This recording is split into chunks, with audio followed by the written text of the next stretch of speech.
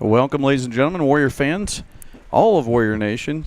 Welcome to the Wes-Del Sports Network. We're bringing you live the Wes-Del Warriors at Cambridge City Lincoln tonight. This is the final week before sectional starts, so the final week of the regular season, and the Warriors on the road here, Cambridge City. I am the Superintendent Kyle Mealy. Alongside me is the coach, John McLaughlin. Coach, had a nice trip down. Got to talk about a lot of things, and tonight we have looks like maybe the rain will hold off till maybe second half is what I'm seeing. Well, that'd be great. And, yeah, it was a great drive down. We got all life problems figured out on the way here. Yeah, so, that's right. Yeah, we're just excited to be here. This is the last week, obviously, of the regular season, so everybody's senior night for Cambridge City Lincoln. And so we are happy to be here and happy to be able to roll this last game out here. And if you didn't see the draw, the Warriors did draw the bye, and they will take on, so they'll be off next week, and they will take on the winner of Monroe Central and Union City. So they'll wait and see kind of how that goes to see how it works. But tonight, it's all about the final game of the year. Warriors coming in 3-5, trying to improve to 4-5 on the year. And Lincoln last week actually had some injuries and possibly some illness that caused them to have to cancel due to not enough players. And right now on the roster, it looks like they have 15. And I think that's about what I see out there. Maybe a few more than that. We'll see. But hoping everybody, number one, stays healthy on both sides of the ball and that we have a good one here. But you were able to sit down for the final week of the coaches show with Coach Knuckles again. Filling in for me, and it seemed like you filled in more than I was actually there this year, so we might just call it the Coach McLaughlin Coaches all right. Show. We're just happy to do it. But you were able to talk a little bit about what was going on this week, and what are a few things that we'll see here when we sit down with Coach? Well, we sat back and talked a little bit about last week's win and how stringing together victories is so important this time of year, heading into the sectional play, and then we talked a little bit about the sectional and just how that setup's going to work a little bit for them. So give you a little bit of a preview of where we're going and a little look back at where we were. And we have that ready to go, and we will take you to it right now. So here it is, final Coach's regular season show. Coach McLaughlin sitting down with Coach Matt Knuckles. Welcome to the Wes-Del Sports Network pregame show. I'm here with Coach Knuckles as always. Coach, congratulations last week on a great win. We, again, home win. So just a few thoughts in general about last week, and then maybe we'll expound on a few things here. Yeah, it was a big week for us, obviously, senior night. We had 5 seniors. They all pitched in. They all played a really good game, actually. 4 touchdowns for them. Yeah.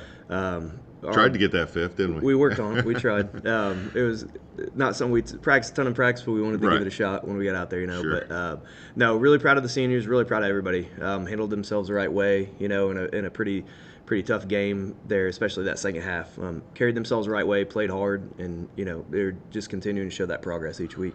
Yeah, and as a coach, that's what you're looking for. We're looking to get better, and we want to keep steamrolling this. We've talked about this from week to week about how it's important to be playing our best football coming into, the end of the season, which we're not quite to sectional yet. We'll touch on that in a minute, but we've got one more game here, so we want to be playing our best football. And I felt like, we were just solid. I don't know any better way to.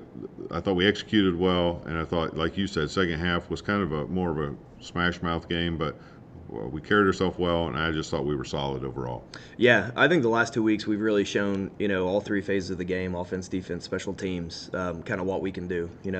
Defensively, we had 2 busted plays. Other than that, I think we kept them under 100 yards away from those 2 plays. Offensively, we had 470-ish yards of offense.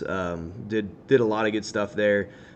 Special teams look tough, so each week, we're building on that and, getting to where we're really playing some good football here towards the end. Yeah, so let's take a look. You've brought a few clips here and talk us through a few of the plays that you brought from last week. Sure. First, this is early in the game. This is a look at our defense. We had some tendencies with them when they went to their pro IFSAT with what we would do with our box. So we switched to more of that 42 look this week with 2 outside backers, so a 4-4 look. But when they went to this pro I, we dropped a backer into the box to help us out with some numbers. Our D-line, just like they have kind of all season, just kind of own the game, and that's kind of what you're going to see here. Linebackers feel really well. But you get Dallas Godby and Jonah Whitworth just making a great play here in the backfield. I think we had 8 TFLs for the game, and this was one of them. Just really dominating their blocker and making a play in the backfield. Yeah, and like you said, they've been solid all year. And again, I like to use that word because as coaches, we want to see consistency.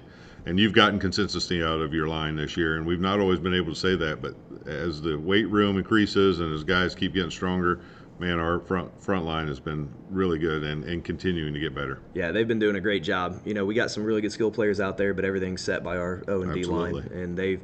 Like you said, they're getting bigger and stronger in the weight room. We don't have a senior in any of those spots, and they're continuing to grind and get better. Okay, our next clip here is this was our first touchdown. So we knew the week before against Denney, we hit some counters, and they looked really tough. Against these guys, we thought we could do the same thing. They're in a 50 front for most of the game. Those outside backers would play around a little bit. But we really liked our chances to get out to the edge on some counter run play again. Here we're going some rocket motion towards the field and hit a counter, or some belly motion towards the field, hit a counter backside with Trey. And with this play and the next one I'm going to show, the downfield blocking is what made this happen. A lot of our edge plays all night, like if you'll watch, you'll see Grayson, you'll see Luke Powers, Easton, Dallas Godby, you'll see our wings getting downfield. Our receivers blocked really well. And I think that was the difference this week between some of these plays being 6-7 yards and them turning into touchdowns. Yeah, great blocking downfield, patient running, and that obviously led to the success of that play. Yeah. And then our last clip here. You'll see kind of a similar thing here. I showed a play similar to this last week. This one of our QB counters is a draw counter, so we're showing some pass, a pass look up top towards our trips. This week, when they're in that 3 front, when we went to some trips, they would bump back this backside linebacker, number 10, more into the box. So with our counters and trips, instead of it being a kick out, we ended up logging him with our guard.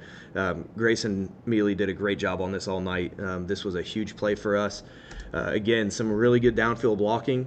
But you can see we pull up like we're passing. We get a log block there by Grayson. Easton does a great job out on the edge. And then Triton turns on the burners for our longest play of the season.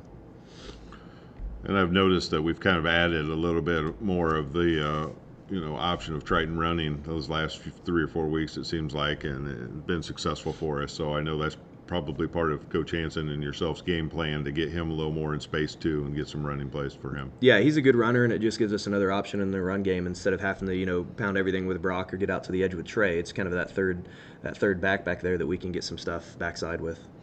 So 2 wins in a row. We're looking for tonight's. You can't start a streak till you get that second one. We want to keep the streak going here tonight with the 3rd win if possible. So what do we know about Cambridge City tonight? At Cambridge City, we're going to get a little different look up front. They're running more of a 44 look, which is something that we haven't seen a ton of this year, but we really like. It allows our quarterback and our line to be able to check to some different plays and make sure that we're always in the right play. With them, they didn't have a game this last week, so they kind of had a built-in bye week. Right. So they're going to be fresh coming up. But with us, it's just the same thing we've seen the last few weeks. We want to be and we need to be the more physical team. If we're the more physical team up front, offensively and defensively, it should be a pretty fun night. And not looking too far ahead, but we did have the sectional draw. Let's touch on that. You just mentioned them almost having a bye week last week. We drew a bye, which I didn't even know was possible in football because I've been at schools, I think, that had even numbers every place I've been. So we got the bye. Anytime as a head coach, you can take that bye, man, just take it and smile and run with it because that advances you to the next round of the playoffs, and that's what it's all about. So we've got the bye. Before we talk about possible, who it would be, how do you handle that, or is this a new kind of approach for you as a coach, or are you thinking that far ahead yet? Yeah, this is a little different. I've been here for a while, and we've never had a bye week in sectional. So for us, it's going to be a little bit about us getting healthy. Right. We're going to give them a day off there. We can still only go 2 days full pad, so we're going to just bump that a day. Sure. But then it gives us an opportunity to focus on us.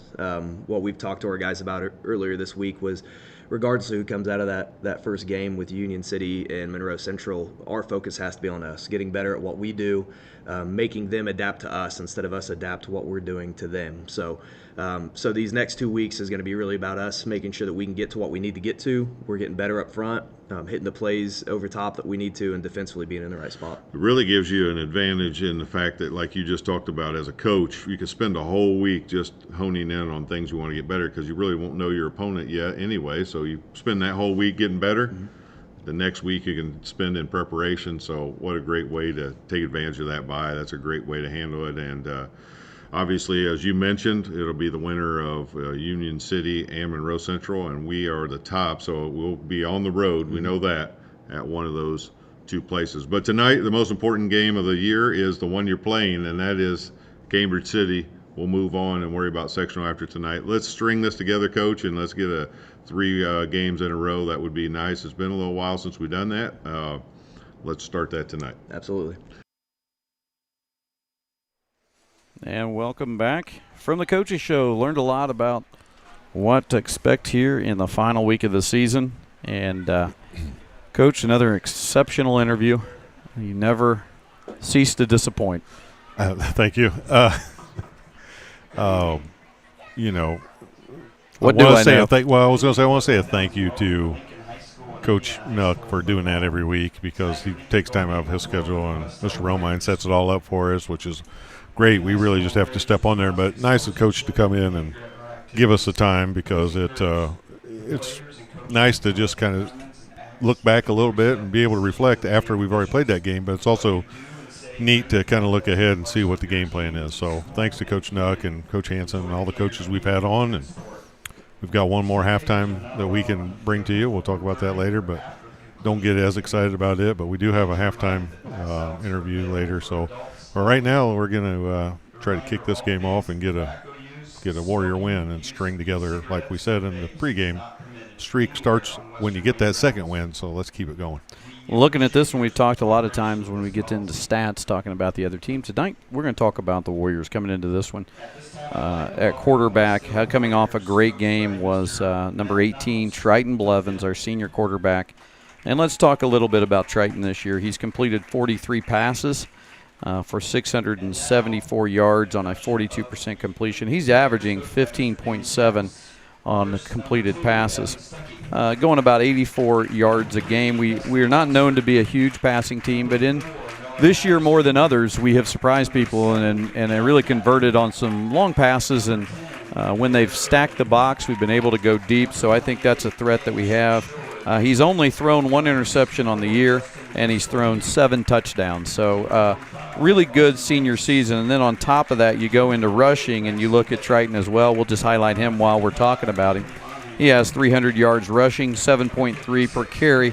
He's averaging 37.5 a game, and he has 4 touchdowns. So the senior quarterback comes in with 11 touchdowns on the year, 7 passing, and 4 rushing. And then let's continue in the rushing numbers and highlight another senior who's been big for us, and he'll be big for us in both the receiving and rushing.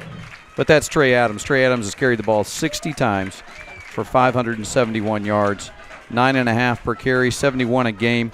His longest is a 53-yarder, and he's had 2 games where he's been 100-plus. And so 6 touchdowns on the year. And then behind him, the sophomore who we're looking for big things, he's had 114 carries. Why would you say Brock Nauman, your fullbacks, had the most carries? Well, Coach, we had those games where really Trey was injured, so Brock had to carry the ball a little more in those games. He's got 477 yards rushing, 4.2 a carry. He's averaging 59 a game.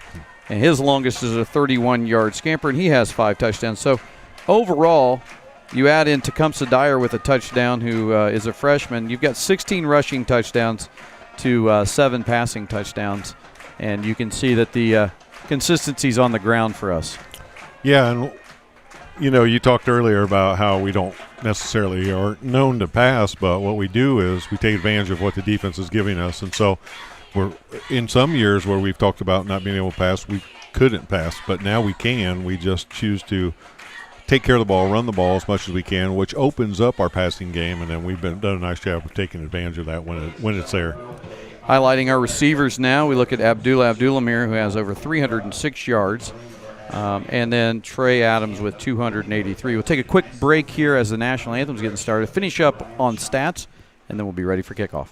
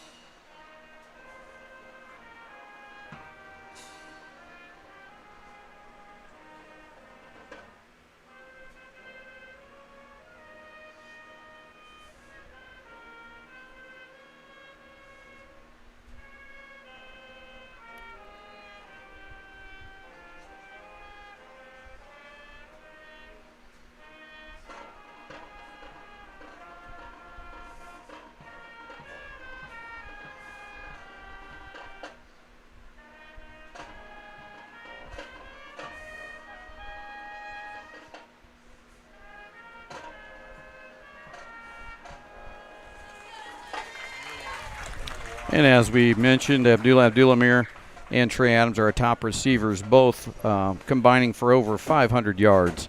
Abdul-Amir is averaging 20.4 yards per catch. He has a 61-yard as his longest, 2 touchdowns.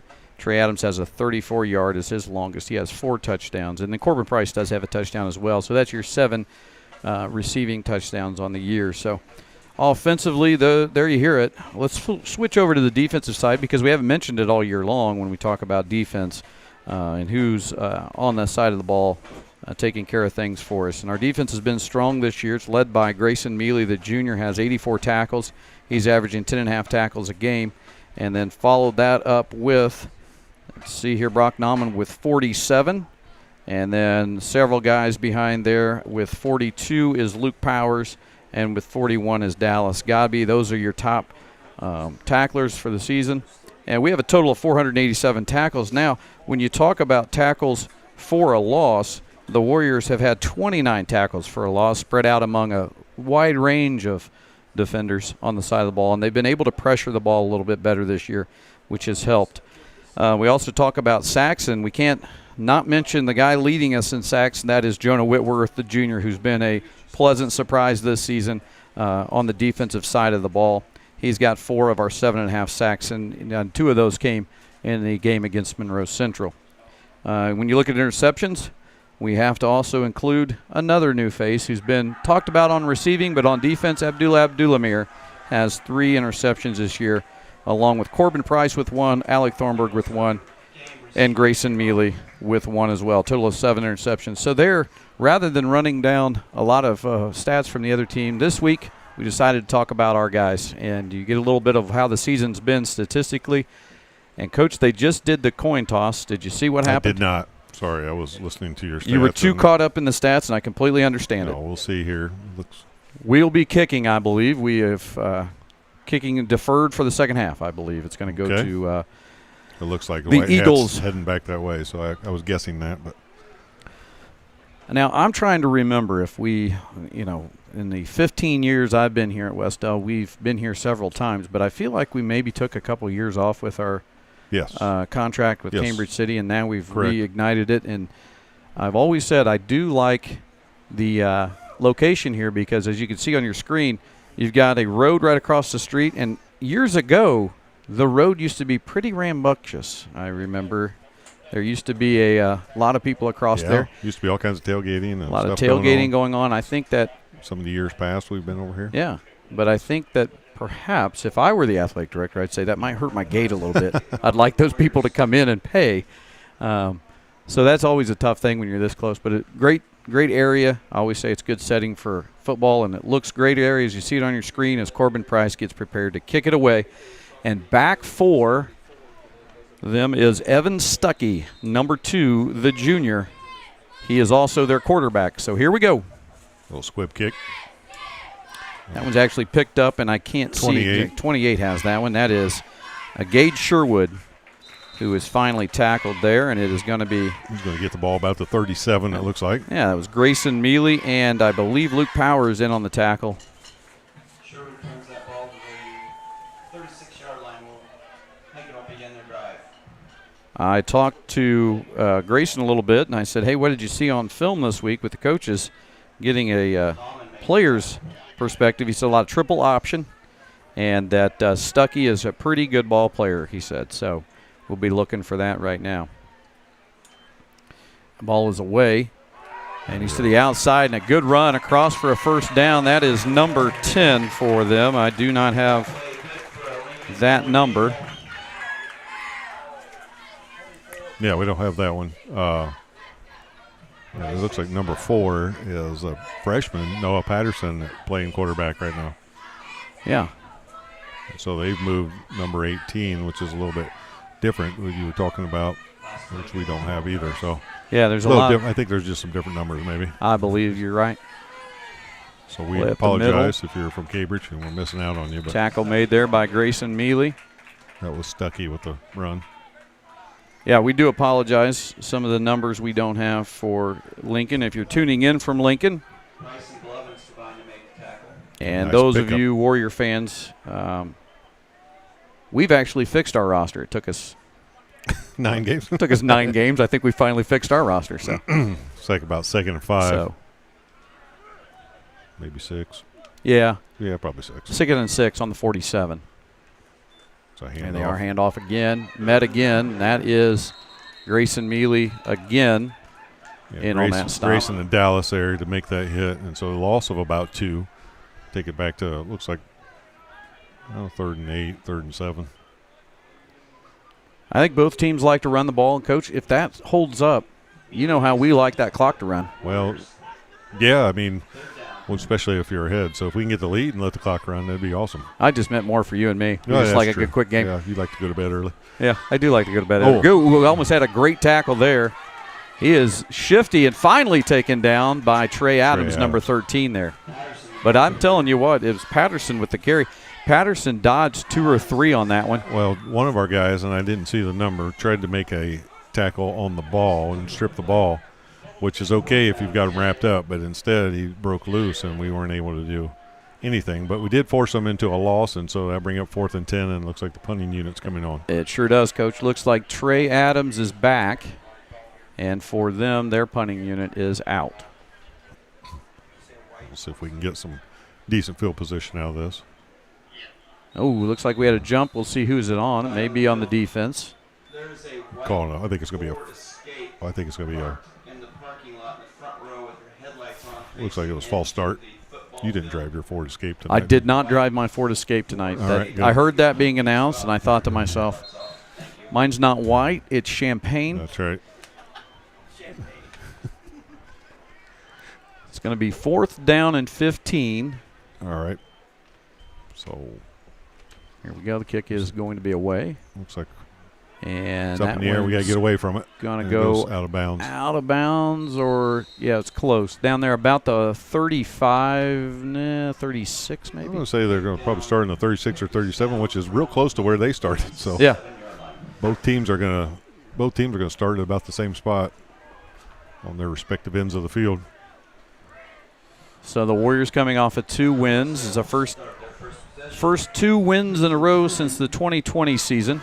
And they're trying to extend the streak going into the sectional. Again, have the bye week, the first week of sectional. Like they've swung Dooley out to the left side here and Corbin Price out to the right.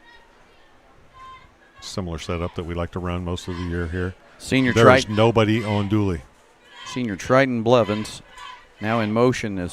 That's to Brock Nauman. Nauman breaks a couple of tackles and probably carries it for a good 4 yards. Yeah. Close to 5 yards. Triton and Dooley made eye contact right there, and at some point you may look at they're taking away now. They are taking away the inside route. They've got someone there to take away the inside route. They have no one to take away the outside route. So if he wants to go run a out pattern here, there's going to be no coverage. Now They're going to come out a little bit more further. They Yeah. did not have anyone last time.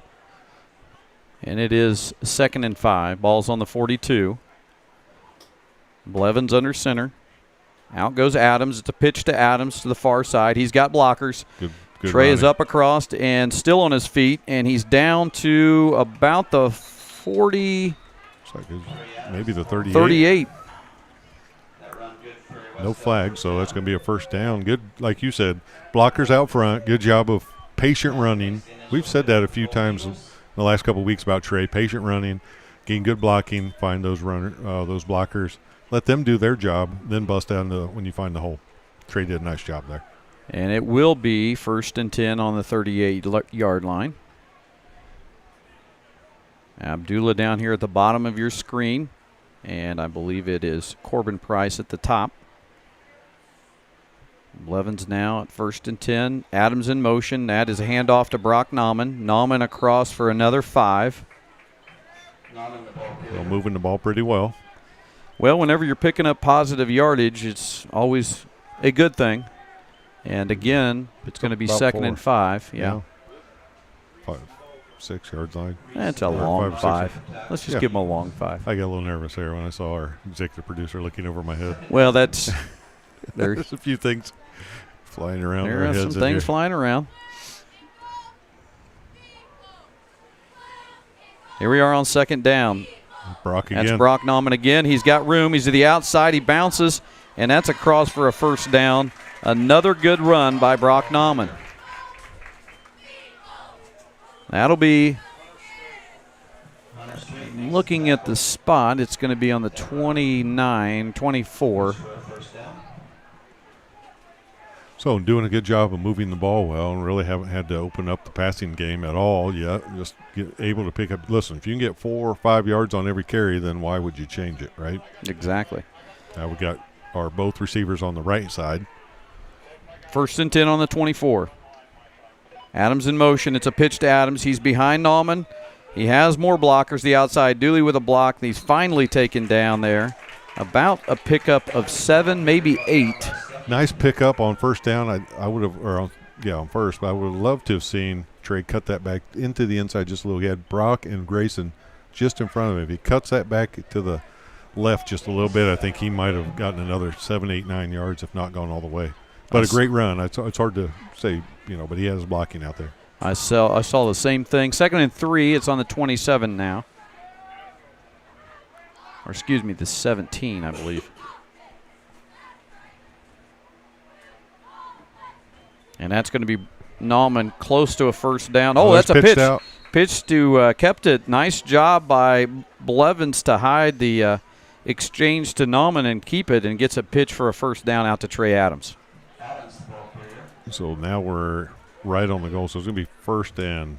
Should be first and goal. First and goal, maybe. It looks like it might just be a tick behind the line. So see if they're even going to measure. No, they're not going to set it up. So it's first and goal from the 10.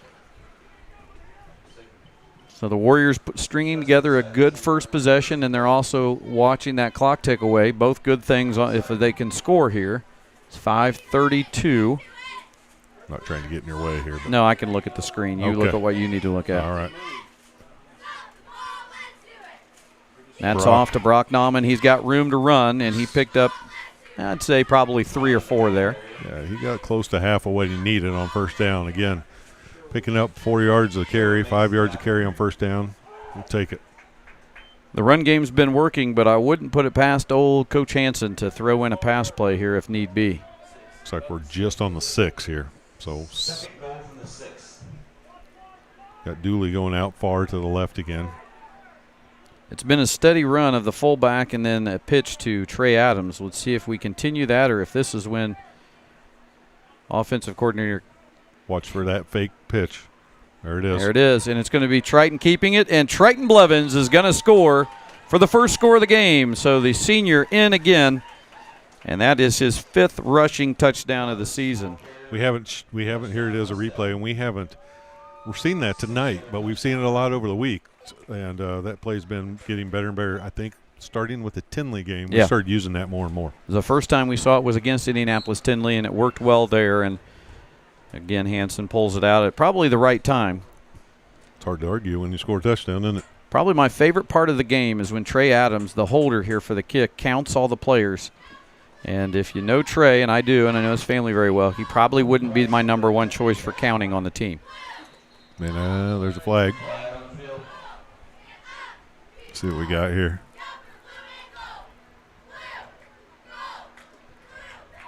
There's a good chance it had something to do with eye black because that was what they were concerned about with both teams. Point of emphasis before the game. Point of emphasis before the game was eye black. That's what we heard. I always find that interesting when the athletes wear helmets and no one can see their eye black, that's the point of emphasis on the game. Let's see if we still try to kick it because that was a nice kick. I would think we're going to. If I'm Corbin, I say, let me kick it again. And it looks like we're going to take the chance. He put that last one through. We gave him another shot here. And this one is blocked and going nowhere. Well, there you have it, folks. It's 6-0 on the first possession. A good one for the Warriors. We're going to take an audio break, and you'll get a little bit of a screen of our sponsors tonight. We're not going to push too much of the IHSA stuff on you, but we'll take a quick break audio-wise on the Wes-Del Sports Network.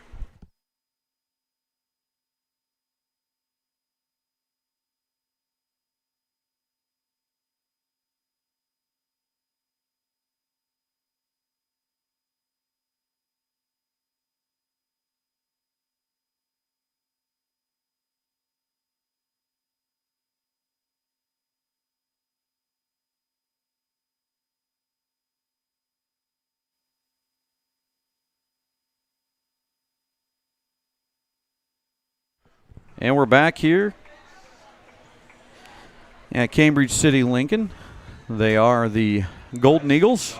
Big eagle down there, too. There is a big eagle down there. That is, I appreciate the schools that continue to have a mascot. A lot of them are going away, but I like the mascots, and I think that's we actually, for a second there, I thought we had an adult mascot tonight, but I talked to him. It was Tecumseh Dyer's dad, and he's actually involved in the reenactment of 1812, and he came. Miss Sinoway came straight here. Yeah, came straight here. Still in. He said it worked out well for him. Said it works out well. We're the Warriors, and he's dressed as a 1812 reenactor Warrior. So we appreciate it. But you ever been over there? I have not, but I heard it was It's great. really cool. Yep. Yeah, I've been a few times. At kickoff now. Squib kick again. And he's got room. He got a lot of room. Finally taken down by the punter. Luckily, Corbin was still back there as the kicker to grab that and make sure he made a stop. They got a good field position right Great at the return 50. right there at the 50, yeah. And that was Gage Sherwood again. We do have a correction thanks to some of the guys up here from Cambridge City in the booth. Number 10 is Bear Irvin, so we got that one sorted out. And again, number 4, Noah Patterson back at quarterback. Well, snaps a little low. He's got some pressure coming. Going to let that one go. He's got somebody and knocked down. I think that's going to be Triton. No, that is Cam Vonderschmidt who knocked that one down. Yep, Cam back there and did the right thing. You could try to go for the interception, but if you can't get it, you better knock it down. So don't let anybody behind you without being able to get a hand on it. He did. Knocked it down. Lived to fight another day. Malachi Dubois brought some good pressure from the outside there, forced Patterson to head to his left. 2nd and 10, still on the 50-yard line. Empty backfield now. Stuckey in motion. Like he's a designed run here. It was a designed run, I believe, and now to the outside now. Still going. There's a lot of flags. I don't know what happened here. So maybe a face mask on us. Let's stayed wait in bounds. If it is, it would be when Corbin Price, he slipped out of Corbin Price's tackle. Let's see what we have. We're talking about it. I think it's a face mask. Here's the call. Personal foul face mask, and that will be, I believe they called that on number 24, Corbin Price. But couldn't argue with that one. That was right in front of us. Yeah. So they'll move this one up. Not like us to argue anyway, but never have. No, always a fan. They do a great job. Guys in stripes, do a great job. So that'll be a first down for Cambridge, and it's a big penalty. That's one of those that hurt. You do a decent job of stopping it. High school, is that a 15-yarder, Coach? 15 yards, personal foul, yeah. So ball's now on the 30-yard line, so they're right down here. Yeah, they're within territory here. The Warriors are going to have to get the defense to put up the wall here. Back to pass again. And here's some pressure coming. Going to run again. Going to the outside now, and he is met and finally taken down. That was 52. Du Bois who came in to finish it, but stopping him right off the bat was 78. 76. And that 76. Is that Powers? Or no, that's Luke. Sorry, I don't know why it took grief. I don't know. I kind of thought I set a softball up there for you, but it took you a while to get that one. I did, and I don't know why it didn't click. Sorry. Did. You still got fall break brain. I do. They were able to pick up a yard on that one. And it is 2nd and 9. It's a handoff. That's number 10. And tackle made there, and that is, I believe, Brock Nauman and Malachi Dubois in on the tackle. Bear Irvin, the number we just corrected with the run there. Pickup of about 4, maybe. Yeah, 3rd and 6. You'd 6. say this is probably 3rd and 6. I would guess 2 down territory. Oh, yeah, 2 down territory for Unless sure. they've got a kicker we don't know about.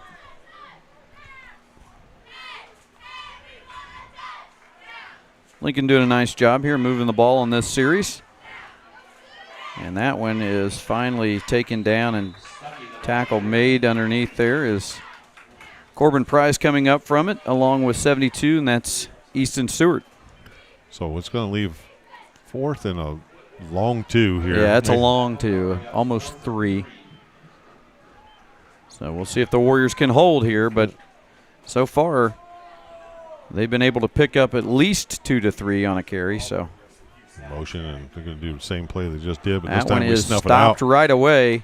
As long as there's no flags, that'll be a turnover on downs. And that might be Godby, I believe, that made the tackle. Waiting to see if he gets up from the bottom there, if that's 53. Yep, that's who it is. 53 with the tackle, Dallas Godby. Had a good week last week, and that should be a turnover on downs. So a great stop there. They were able to pick up 4 or 5 yards on that same play before.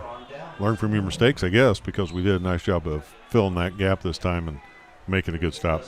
2:27 to go in the first quarter. Warriors now take over. This is their second possession. They scored on the first. As you see on your Star Financial scoreboard, 6-0 is the score. And senior Triton Blevins under center. And it's going to be a pass play here, and the throw is out, and it is They're calling it a catch. a nice catch by Looks like it Corbin was. Price, and he's just short of the first down. It's hard to tell from this angle, but it looked like he caught it, but you just never can tell really. Well, thank goodness we don't have the ability to go to New York for the replay if he did trap it, because They're calling it a catch on the field, and that's the way it'll stay. assuming that it's a yard short, it's at this angle. Yeah. So it's going to be 2nd and 1. So a nice pass play there to start. A little different than the last, Coach. We just did a lot of running. Here we come out with a pass. Well, Coach Hanson's flipping those pages, getting deeper in that playbook. This is going to go to Brock, and Brock's actually stopped for a loss, or just right at the same spot.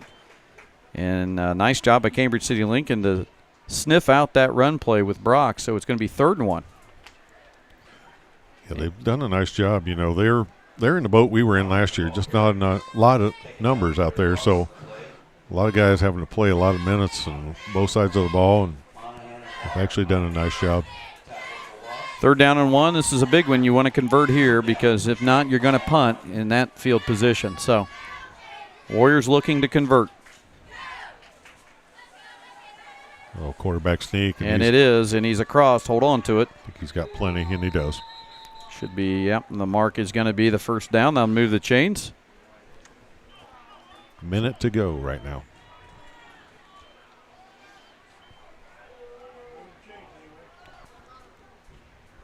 And the Warriors convert once again. I believe that's their 4th first down of the game, unofficially.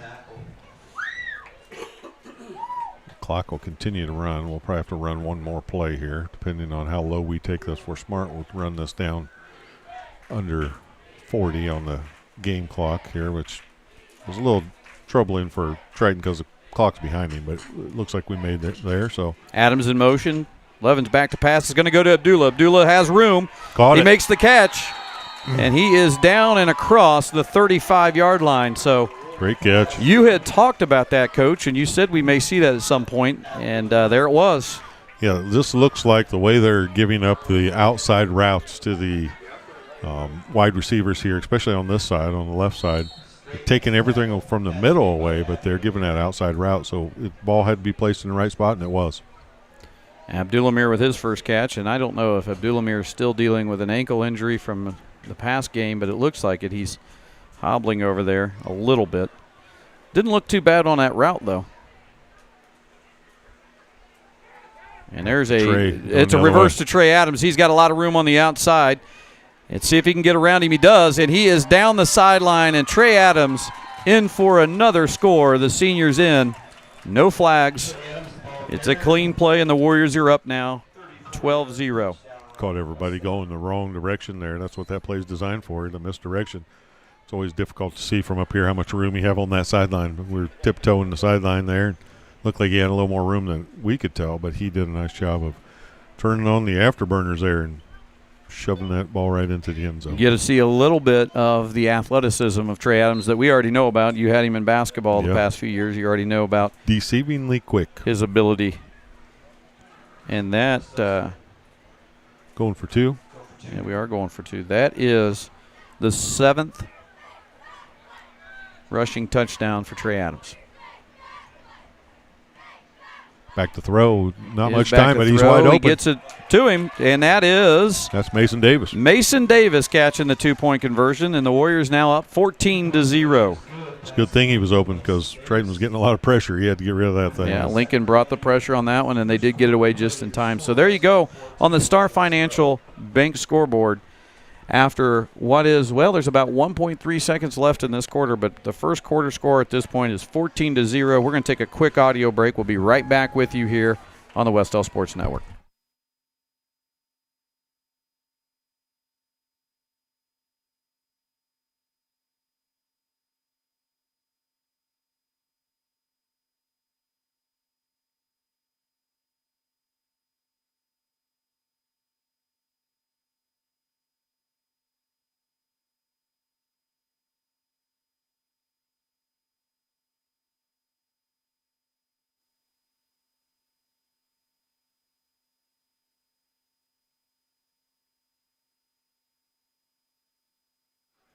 And we're back here after the break. You saw our sponsors. The Wes-Del Sports Network sponsors are the Van Mater Reed Realty Team, the Star Financial Bank, and Dowling Dumpster Rental. So if you're looking for a house, you're calling the Van Mater Reed Realty Team. If you need a loan to get that house, you're calling Star Financial Bank. And if you need any of that stuff you want to throw out when you're moved, you're calling Mike Dowling at Dowling Dumpster Rentals, and he'll take care of all of your junk. When you think of dumpsters, think of Mike. When I think of dumpsters, I think of Mike Dowling. Do now. We know Mike well, and we can use that line. Here we go with 1.3. A little squib kick down there. Let's see. They did a nice job on their last return. We've got to see if we can make the tackle here. And again, that's another one. This is going to be This is another one. This is Corbin see if or Corbin nobody. can get down there. Corbin can't get to him. And finally tackled. I didn't see who ran all the way down there to get him. I thought it was 85, but we don't have an 85, so. Well, that's a 5. Look for something with a 5. Do we have a 5? I don't know. So anyway, somebody came back and made the tackle there. They're going to have it a good position starting the quarter, though. We're going to stay here. Is it Luke Lozier? 65. We have a 55 and a 65. We don't have a 65. We have a 55. We have Luke Lozier, who is a freshman 55. After that, we have no other 5s. So, well, but I will say this. It's not that our roster is right. Yeah. Anyway, at the end of the first quarter, it is 14-0. Folks, head to the refrigerator if you're at home. Head back to the chili pot, whatever you need to do. We're going to, hey, if you have to, don't go grab the vape, though, and that's the commercial you have right now on the Wes-Del Sports Network. Hey, Indiana, let's clear the air about vaping. Glue, rat poison, paint. We all know these products contain poisons like formaldehyde, arsenic, and lead. And these are just a few of the chemicals you'll find in e-cigarette vapor. Let's clear the air, Indiana. Don't puff this stuff. Visit don'tpuffthisstuff.com to join the fight and spread the word.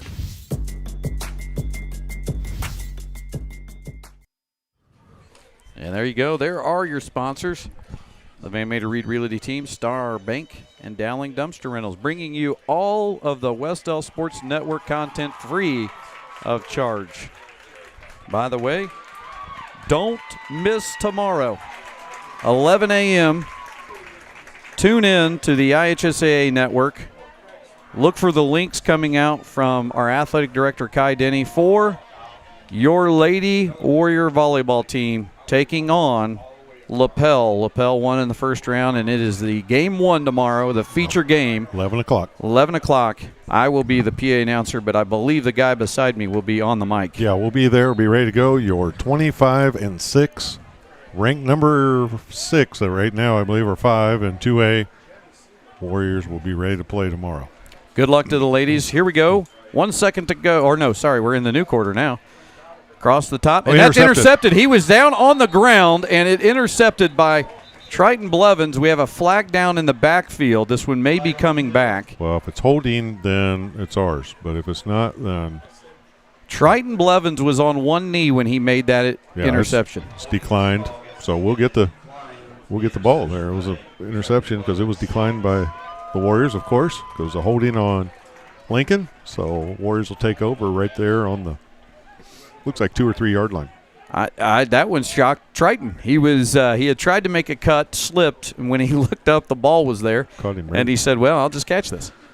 Sometimes the ball finds you. And he's going to take over. The only bad thing is I believe once he caught it, his knee was down and he's down. Right, So, but hey, listen, we'll take it. We'll take the interception. Now we just got to work out of the looks like the 3-yard line. Out of that kickoff return that they got, best case scenario here was to get a turnover because they were breathing down their neck. Couldn't agree with you more on that one. That was a heck of a return. See if Brock can give us a little breathing room. Brock trying to get us out of there, and he doesn't get us much.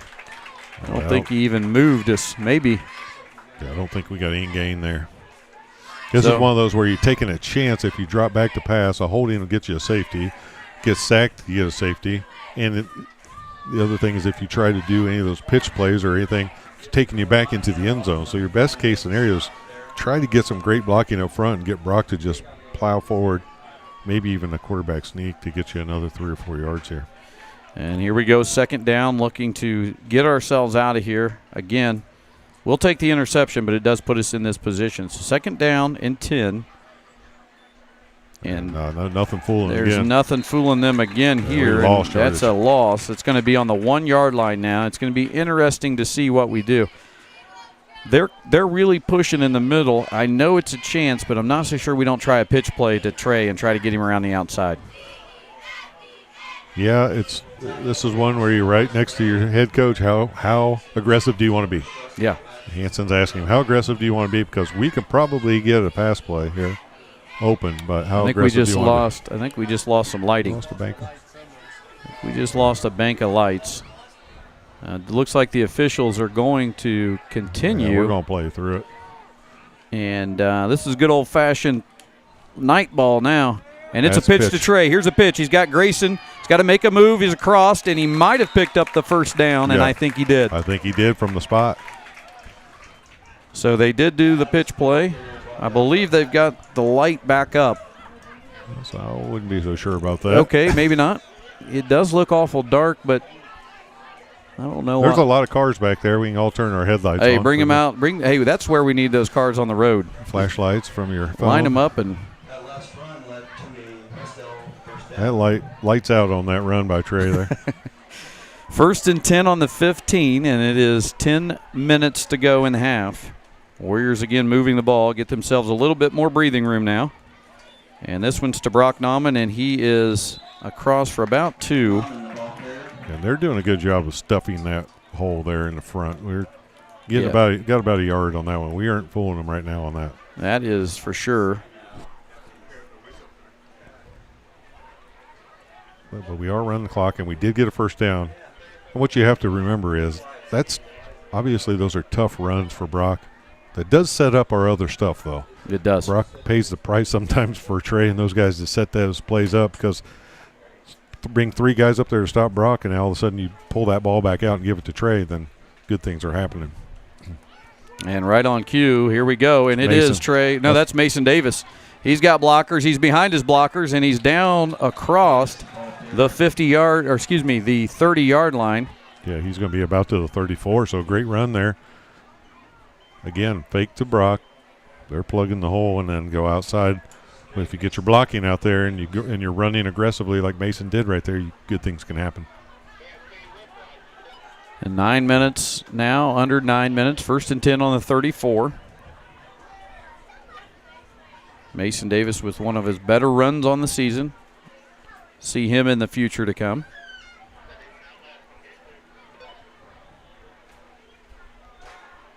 Davis is in motion now. It's going to be a pass play just to the outside. And that is, I believe, Corbin Price with it. No, that's Abdulamir.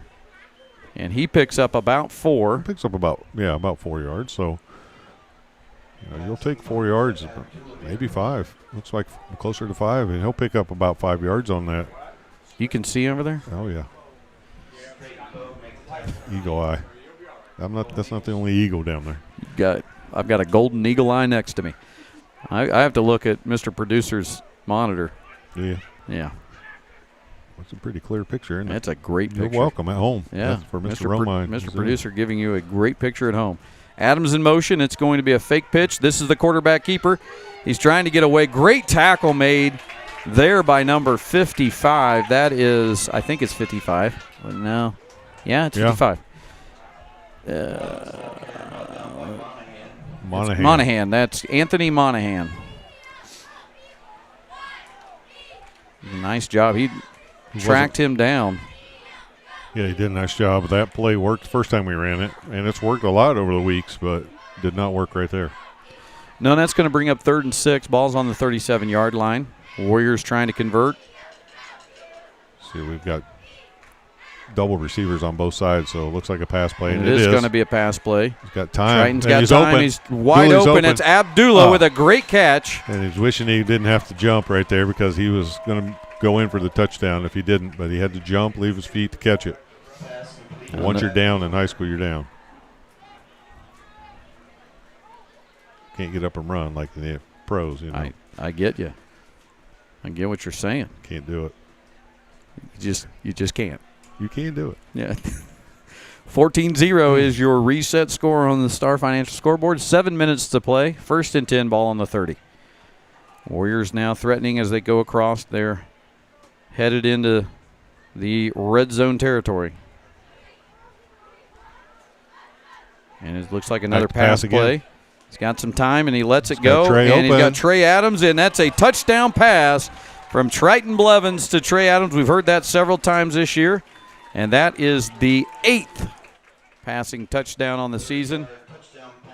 8th for Triton Blevins. Nice roll out there and steps forward with the throw and finds Trey Adams. And Trey sneaks in right before the pylon before he had to go out of bounds there. And nice job of connecting on both of them. Let's see what we do here on the kick. Got to make sure Trey gets them counted. He did. Doing an excellent job. He uses those. Oh, wait a minute. He had to yell and get another guy out here. He did it, though. He got him out there. So with 6:44 to go, we'll try to add the extra point here. It's away. Kick is up. Kick is good. Corbin Price makes it 21-0. Wes-Del leading here with 6:44 to go in the first half. You're watching Wes-Del Varsity Football on the Wes-Del Sports Network.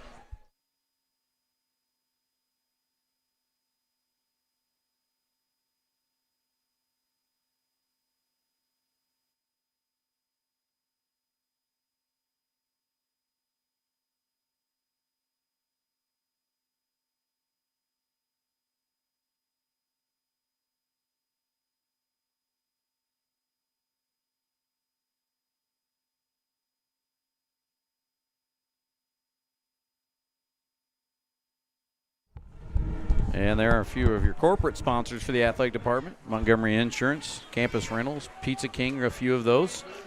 That are your corporate sponsors. They are scrolling on the Star Financial scoreboard down there by the quarters on the bottom right-hand side.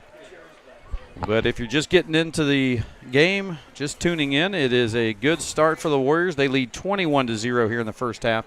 6:44 to go. We have a reset here where Corbin Price will be kicking off after this third score. And if you're looking at your screen, I do believe we lost a few lights. Yeah. Lights out. That's a kick that's going to head out of bounds, I think. No, it stopped short there. But you know what? That's a smart play. He just went out of bounds and touched the ball. So let's see if they throw a flag on that. He should get a flag.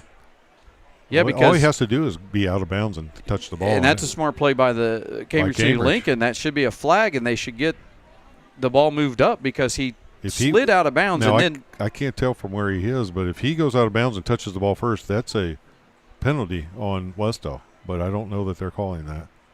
Are they going to talk about it? Because I think you're right, Coach. I think the Lincoln athlete knew that, and he slid out of bounds and then touched the ball. Now, if he touches it first and then goes out of bounds, then the ball stays there. But are they at all questioning it? If it? he goes out of bounds and touches it, that's a penalty. I think they missed that one. I think they missed that one for Lincoln too.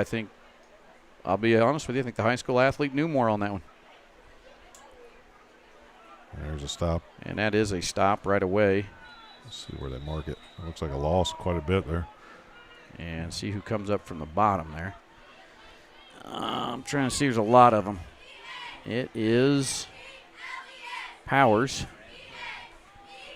Looks like a loss of about 2, so it'll be second and 12.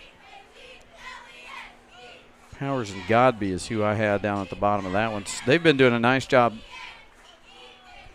continuing from last week on stuffing the run, and it is a loss at 2nd and 11. Here it comes. There's a pass play. Tipped and almost intercepted by. Hit two guys in the hands, Yeah. hit their receiver, and then hit Dooley. That was intended for number 7, Jack Patton.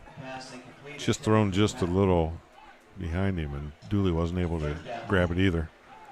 It's probably the best thing the receiver did there was get a hand on it, knock it, almost kind of knock it down. Yeah, it's going to make it 3rd and 11 now, and they're on the 4-yard line. So they're out of the shotgun, so it looks like they're going to be passing again. This one is down, and the ball is thrown up, and it is tipped and almost. We had several guys going after it. It was Triton almost came up with it, but it was knocked away there by Trey. Trey knocked it away. Triton dove for it. So it's going to be 4th and 11. This is tough to punt out of this area. So what you're going to do here is you've got to make a decision as a coach. Do you want to go for the block or do you go for the return? I would probably go for the return on this point. That way you don't get the rain into the kicker or anything like that. I agree with you on that one. It's hard to tell a kid that. They're going to go. But I agree. I think here's what you do. Good return sets you up for a good field position. Absolutely. And it is away, and there's the kick is away. Yeah. We're going to let that one bounce because it's just past the 30, going to be about the 39-yard line. And from where they were, that's not a bad kick. Yep. So Wes-Del, though, will have good field position and started at about the 39, like you said, and plenty of time to 5:50 to go here in the first half. They could try to punch this in. So if you do tune in tomorrow to look at the, I believe it's Class 2A Sectional 40, and that is going to be, as we talked about, our Warriors in action against the Lapel Bulldogs in the first game, followed by Burris taking on Alexandria in the second game, and then the championship followed 6 o'clock, I believe. I think 7. It's 7 o'clock. I think. And the Warriors now 1st and 10 on the 39. And there goes Adams in motion. And it's a screen to Price. Price has Adams with him. He's down the sideline, and that's going to be a first down. Well, maybe. See where they spot it. I'll tell you what, I thought we jumped a little bit on that one, but looked like everybody went except for the quarterback in the center on that one. But apparently my eyes aren't as good as I thought. And it's going to be 1st and 10. I believe they're sitting about the 26-yard line. And the clock is running now under 5.5 to go in the first half.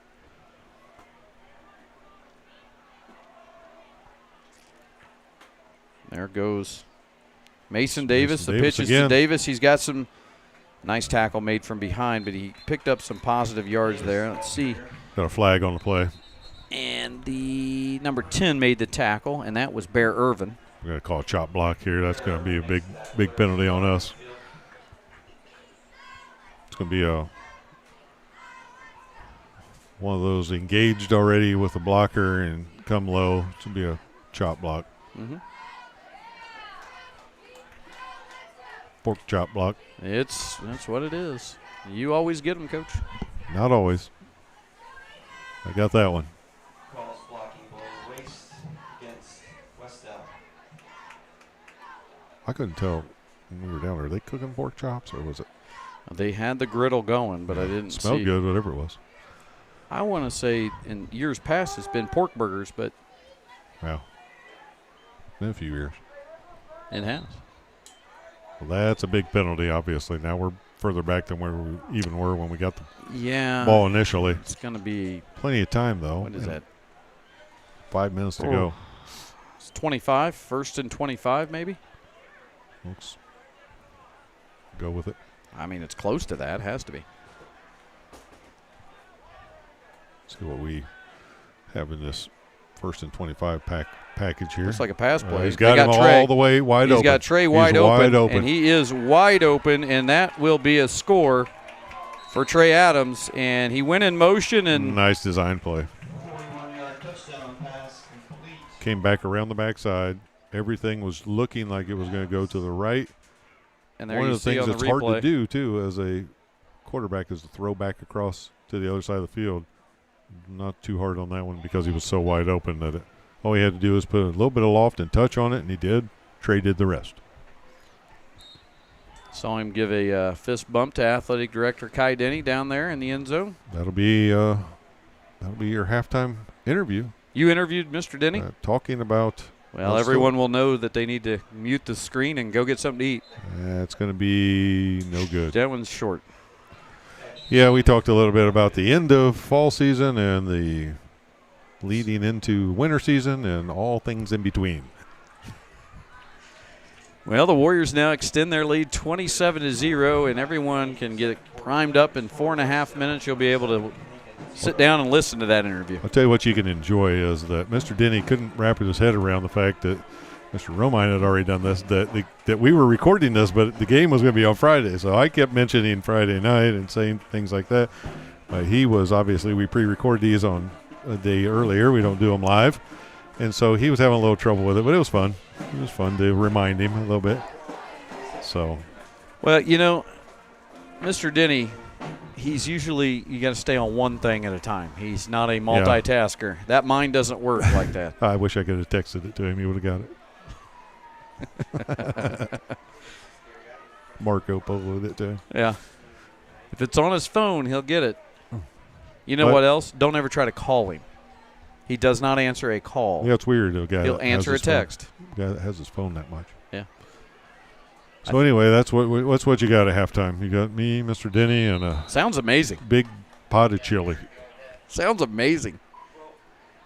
We really promoted that one good. Well, what you want to do is find a great snack, a fireplace, and probably just stop there. You could turn us on or not. I don't know if it's fireplace weather just yet. Yeah, it's a little warmer than I thought tonight. Yeah, it is. It's not going to be after this front moves through. I know, the rain is on its way. Corbin Price kicking off here. A little longer this time. That one is going way back there, and it'll be picked up. Let's see if we can make a tackle here on the kick return. Struggled on kick returns. Yet we haven't. Now we did. But he got across to the 25-yard line before we made the tackle. So yeah, he picked that up at about the 2, didn't he? Yeah. Sorry. So 4:27 left in the first half. Warriors lead 27-0 on the Star Financial scoreboard. We scored quick enough there on that last one that there's actually a lot of time left here, a little bit more than maybe you would have thought. So hopefully we can get a stop and get the ball back. That was great. Here we go, first down. That one's a little bit on the ground and picked up, and now a lot of pressure coming from Malachi DuBois, and now Luke ran him out of bounds. They made something out of nothing there. Look, well, they're calling him out, which I thought he got a little further than that. They're calling him out back at the original line of scrimmage. Hey, a lot of shout out to Malachi there. That's the second time, maybe the third time, he's put a lot of pressure on the quarterback.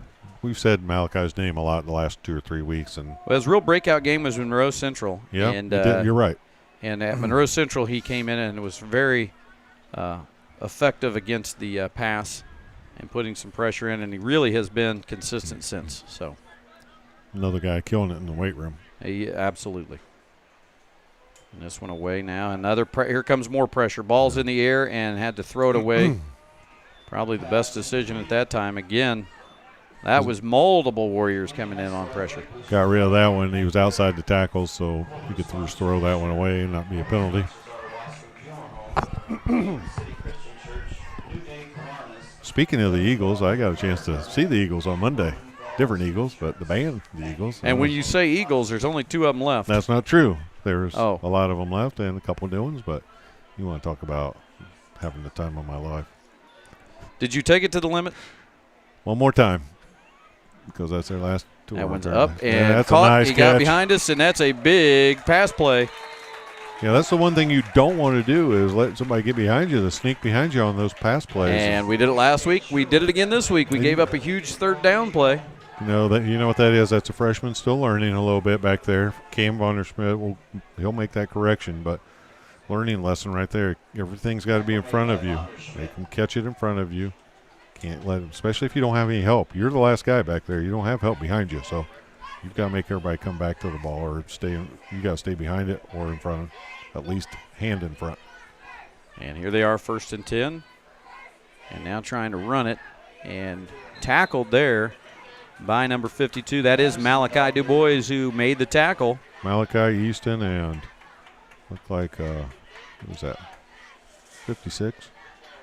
76, sorry, that's Luke. Having trouble with the numbers up here. Look at the monitor. Yeah, I probably should. Yeah. it allows you to see it better. Maybe I'll just step outside. Yeah, go ahead. I'll sit on this stool. Actually, there's a couple behind us. Just separate each other. So it's going to be 2nd and 11 on the 39-yard line. And here comes some more pressure. And then tackle made, but after a positive gain of about 2 yards. And tackle was made there by Brock Nauman and Easton Stewart involved in that. Timeout here with 3 minutes to go. Cambridge with the timeout. Yes, Cambridge. Cambridge City Lincoln takes a timeout. And you know what? What? I think it's time for a nice spot from Mr. Producer. So we'll be back with you here after a message from somebody. At Indiana Farm Bureau Insurance, we're not just good at insurance. We're good at Matt's 1-car, 2-bedroom apartment with a home office / home gym insurance. We're good at Nick's SUV and farmhouse with a remodeled kitchen / art gallery insurance. And we're good at the Wilbur suburban home with the 2-car garage / rehearsal space insurance. Have you seen my hockey socks? Have you checked your sock drawer? Start with Indiana Farm Bureau Insurance and stop knocking on wood.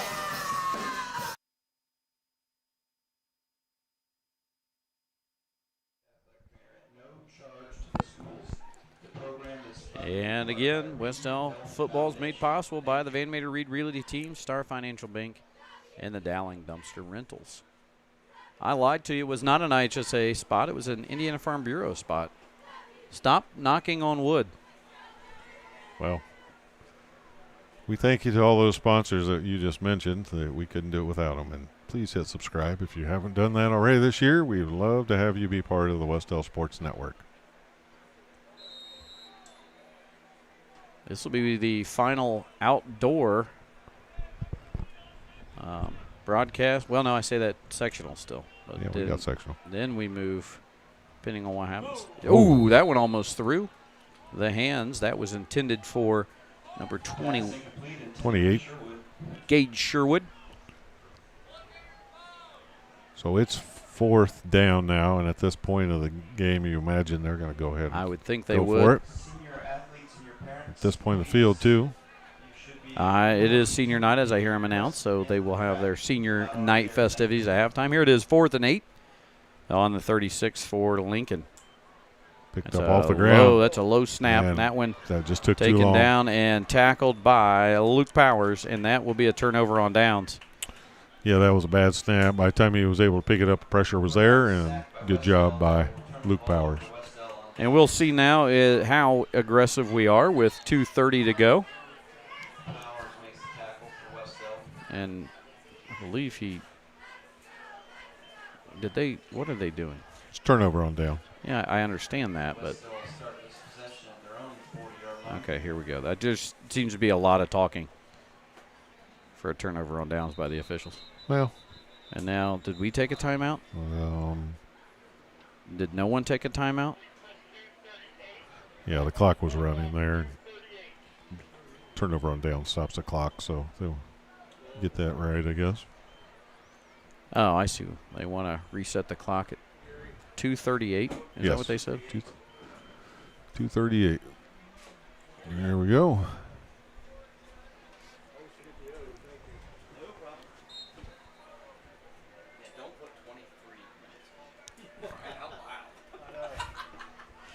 And the Warriors take over 1st and 10 on the 40-yard line here. 2:38 to go. And Mason Davis in motion. That's off to Brock Nauman. Nauman's got room. He's across for a 1st down. And his biggest carry of the evening as he goes down onto the 40-yard line. Gain of 20. Matter of time before Brock busts one of those open, you would think, because he's been stuffed in there. And get some good blocking and watch Brock just run and pick up a good pickup there. And an excellent pickup by the sophomore who has as we've seen, a bright future ahead. Brock Nauman with a gain of 20 on the carry, and it's 1st and 10.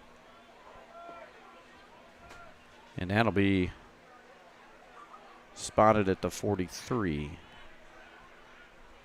Warriors now plenty of time to continue. And it is back to pass. Back to and throw. the pass is going to be across He's the open. top, and he's wide open, but he dropped threw it. him short. It was right through Trey's hands. Trey Adams had nobody in front of him. Trey will tell you, you're right, it was a little short, but Trey will tell you he probably should have made that catch. 2 minutes exactly on the clock. So we're at the unofficial 2-minute warning. Unofficial. 2nd and 10. And I believe the second half, as we talked about prior to this, and everybody up here in the booth agrees, the second half's probably going to be played in the rain. What was there a timeout Looks like it. by us? I'm not sure. Lincoln calls timeout. Cambridge City Lincoln, we're going to stay here with you. Absolutely. So I'm going to check the radar. Last I checked, it was getting closer. All right. While you're doing that, I'll remind everybody to join us tomorrow morning for volleyball, like we've talked about. Girls are really excited about it. 25-6 Warriors against a very good lapel team. So that first game will be a good game, and then followed by Burris versus Alexandria. And that'll be the second game. 2 winners will play. Well, that all plays out tomorrow. The winners will play later in the evening. So, yeah, we're rolling up here and about to get some rain, it looks like, but not quite. It's just outside. It's going to be the second half. It's going to be a little soggy. Yeah. Well, we can only hope that the Warriors tomorrow find a little bit more blank space than the lapel Bulldogs That's right. on that volleyball match.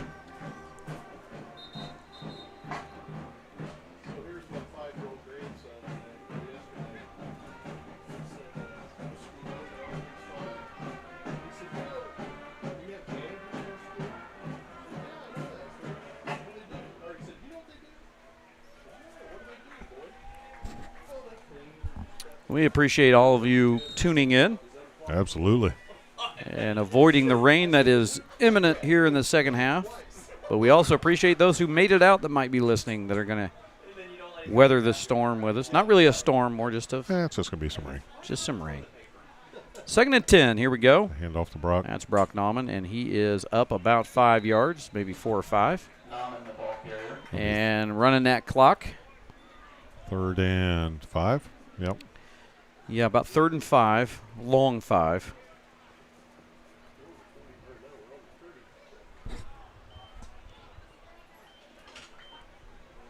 See if Coach Hansen opens up the playbook again here. Just trying to get some of those dusty pages. See what he can. I think I saw him licking the old index finger and going deep into the playbook here. And back to throw back one to more time. Throw, and he's got Dooley. Dooley just open. outside of Dooley's hands. We'll see if I assume we'll go for it in this position. I would think so. The 4th down and 5, a long 5. Minute 18 to go here in first half. If you're just tuning in or missed us talk about it, you've got a halftime conversation. Sit down with Athletic Director Kai Denney. Boy, that'll be a good one. It will be. So good, I'll probably go back and watch it again. Well, live it twice. I watch any interview you conduct, I watch them all. I know you do. 4th down and 5. See if the Warriors can convert here. Adams in motion. It's a pitch to Adams. He's got some blockers. He's going to have to get in there. Got to turn it Going to have to turn it upfield at some point. He does. He shifts work, gets across. It's going to be close. Depends on the spot here. Going to be real close. Actually, it's not as close as we thought. thought. It is not. It's folks, it's not close at all. It's hard to tell from up here. And so Trey Adams with some nice moves, good blocking ahead of him, and another first down for the Warriors.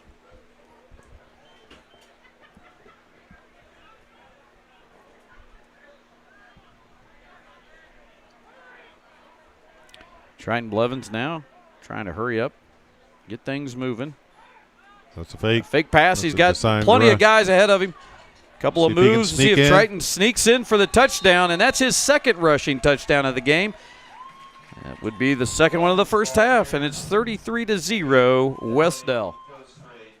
He had options there because he had Dallas Godby in front of him. He could have tried to go left or push it outside, and he actually passes Dallas there at the end, and Dallas just follows him right on in. Kind of he turned on the Jets there at the end. Another. It's like Benny. Benny and the Jets. You got to go for 2 here to try to get this to 35, I would guess. I think since the rain's coming in, and I think that's what we're that doing. Would be a running clock second half if that's the case.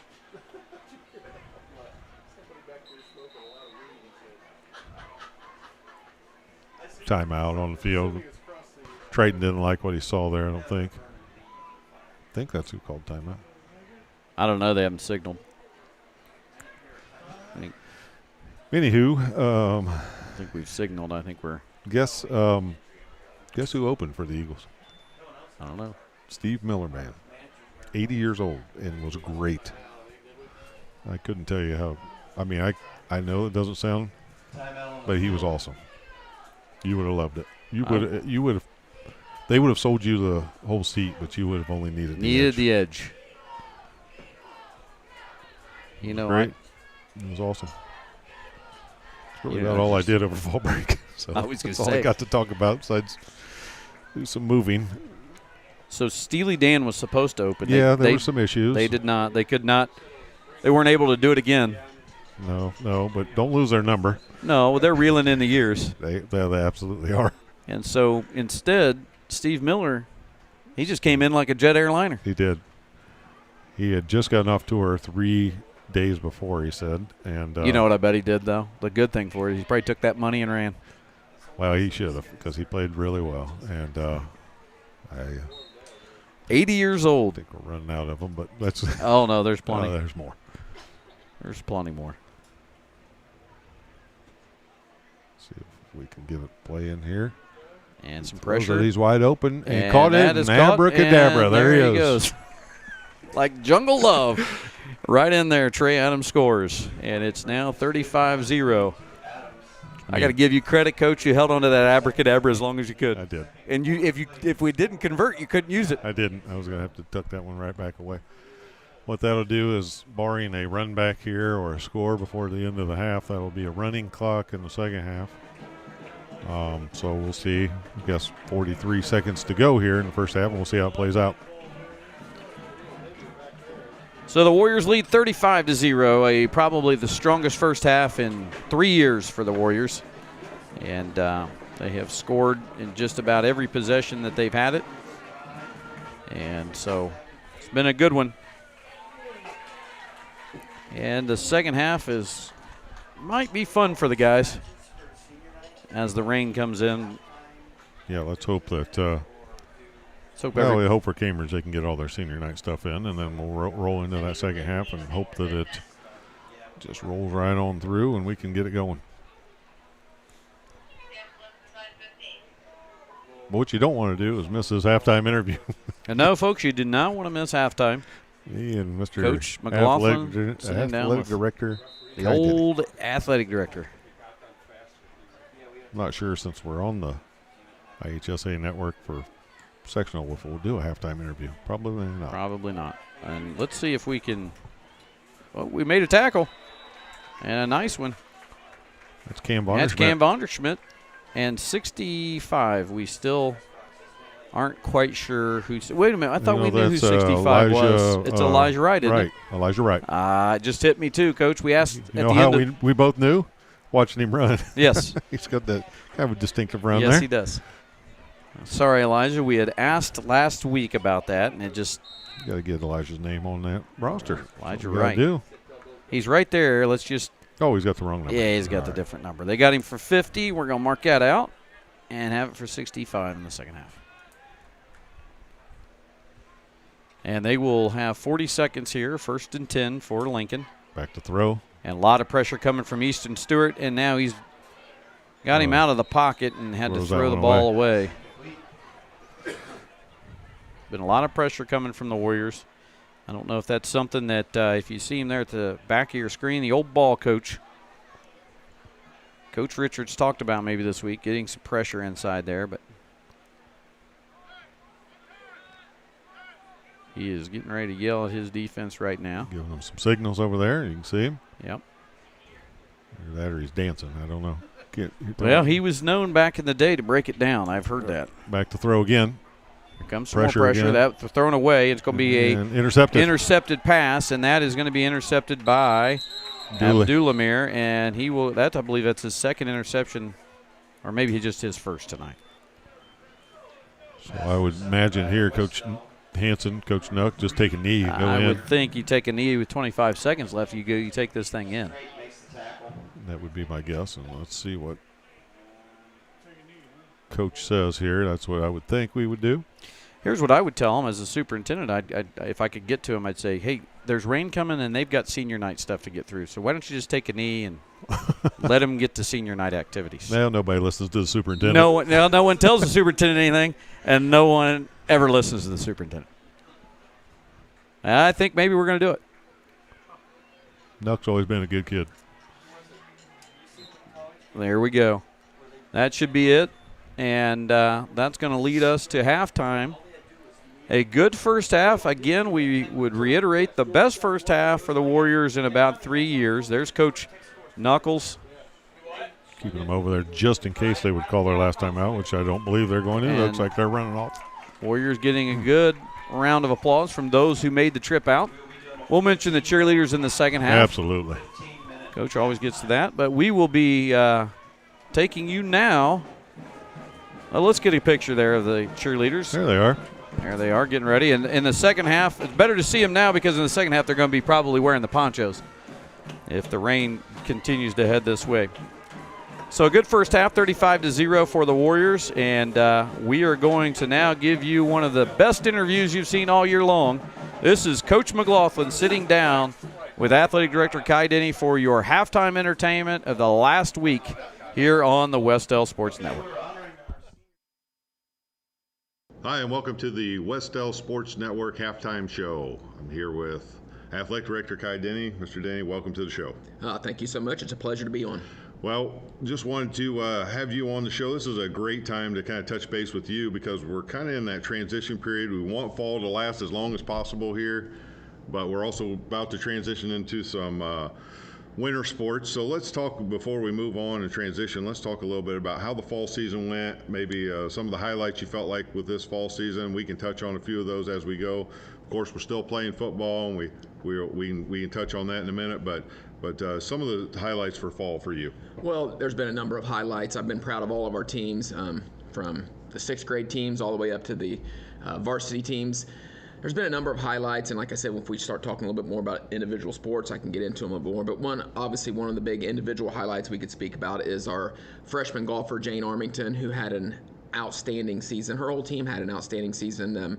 I hate to be this way, but there wasn't a lot of expectations for our golf team coming into this, and they exceeded those expectations from beginning to end. But Jane herself, she was a county champion, a conference champion. She advanced to regional, and the girl as a freshman shot a 78 at regional and didn't advance. And I know there's a number of shots, anytime you golf, there's a number of shots she'd like to go back and probably thought, you know what, I could have made state. But that's an individual highlight. Obviously, if we get into football team we're building something here. And when we hired Coach Knuckles, we talked about a 3-year plan to build the culture, to get buy-in from the kids, get buy-in from the community, and it's happening. We've just had back-to-back wins. It's been a while since we did that, and I know the team is fully expecting to win this Friday as well, to make it 3 in a row, and then you never know, one sectional time, and I'm sure we'll talk about that a little bit more later. And the volleyball team, like I said, they've built a tradition here, and they continue. This team has been outstanding. You would know the record better than me. I'm not real great with the individual records. I know they've won more than 20 matches. I think it's 23-6. I think that's a guess, but I think we're 23-6, and obviously play tomorrow in the semifinal round on Saturday morning here. We'll play at 11 o'clock. So, a lot of good things going on. I know our numbers in middle school cross country are great, so that's going to lead up into building your programs is what you want. You start down at the lower levels and you build those up. So we've got cross country. Thanks for bringing that up, because cross country themselves, we have struggled with numbers there, and Coach Lamb and Coach Nanny, they have worked really hard to build that up, and they knew it was going to have to start, just like all of you. You've been there as a coach. In order to build something, you got to start at your youth programs, and you got to start in the elementary, the middle school, and their numbers are outstanding. The high school cross country team, he's talked to me. He tells me after every meet, it's hard for me to make it to them just because there's so many things going on Saturdays, which is often theirs. And on the weeknights they have them. I have something here, but the PR after PR after PR from all of our varsity runners and this middle school team, they've really done real well as a team and individually. And I'd like to bring up one highlight. Sure. Riley Paskowitz is a 6th grader. And Riley has won the county. It was the first one since, if any of you knew, Nikki Sutherland. Anybody around here that knows cross country or track knows Nikki Sutherland. Sure. She's the first 6th grader to win it since Nikki Sutherland. She also won our conference. And her times are, like, outstanding. And I know that she's planning on, which I always try to encourage our kids, she's planning on going to the state cross country meet. I get the pleasure to be able to go there. And last year I saw her there. And I'm telling you, if you're a runner and you want to get a fire for success and you want to work hard, go there and you'll see it, because it's an unbelievable event. I encourage anybody that can go to that. Yeah, cross country meets. I had Mr. Lamb on earlier in the season, and they're interesting. They're a lot of fun. The start of a cross country meet is just, and the finish are very exciting. So one of the things that we have here finishing up, we talked about sectional, and we're the sectional host for volleyball. Yep. So I'll let you touch base on that just for a second, and then we'll transition into football here. Sure. It's a little confusing to me because you said tomorrow, because you knew this is going to be aired on Friday, and I'm thinking tomorrow is like totally different. We're not playing tomorrow. But anyway, we are the sectional hosts. It's a sectional 40 of the IHSA. I'm going to tell you, and I think you know this because you follow volleyball really, really closely. There's not a better sectional in the state than the sectional 40 in Class 2A, and we are honored to host it. And we had our first match, which I would say now, Tuesday. Sure. We're going to be having 2 more matches tomorrow night, but Tuesday night, exactly what you expect. Right. A five-set thriller. Lapel beat Wapahoney, and that's who we're going to be playing on Saturday morning at 11 o'clock. Correct. This sectional is just loaded with talent, and I know I have a funny feeling we're going to have a lot of people that aren't from this sectional or from the schools here that will be coming to watch this sectional. So yeah, it's a great sectional. We love hosting. Anytime we get an opportunity to do that, I know that we jump on it, and you guys and the athletics and administration just love hosting. So take a lot of pride in it. It's a lot of fun. It's work, but it's a lot of fun. But we have a lot of people that jump in and help us out. You'll be helping us out on Saturday morning. Mr. Romine, our live streaming. I mean, I get compliments on my phone all night long when that stuff is taking place. So. And it's just nice to be the host school, and we take a lot of pride in that. And it's we make sure we do it the right way. Sure. It's always great. So now, finally, before we transition into winter sports football, just the draw came out last week. This is something in my 30 years of teaching, I've never had a football bye. Yep. I didn't even know it was possible because I guess I'd never been in a sectional that they had an odd number. So we drew the bye, and then road team from there. Is that correct? Yes. Well, we will not be able to have a home game because we're at the top of the bracket. But as a bye team, you will be whoever wins out will automatically be your home team. So and when it comes to a bye, I'm sure if you talk to Coach Knuckles, it's odd for a football team, and because you're used to playing every Friday night. But there are teams. I don't know if you watch the sectional draw. There are teams in 6A that get 2 byes. Yeah, I've never seen that. I mean, they get 2 weeks off. So. He and his staff are going to have some adjustments to make, and I know they're going to give the team a couple days off, and which they should, and let their bodies heal and rest, and then they'll get after it. But it's different. But I think as the athletic director, I mean, I'd love to host. We all wanted to host, especially on that beautiful field we've got. Right. We're not going to get that opportunity to do so, but. It's exciting just to know that we're happy about that draw. We feel like we will be competitive with anybody we play in that sectional. Sure, and anytime you can get a bye as a coach, jump on it and take it. That advances you to that next round. You don't have to play, and you're already there. So volleyball and football this year. We got the bye. Take it. Something's going right. Absolutely. Never worked for me, but I'm glad it's working for everybody else. Okay, so now into a winter.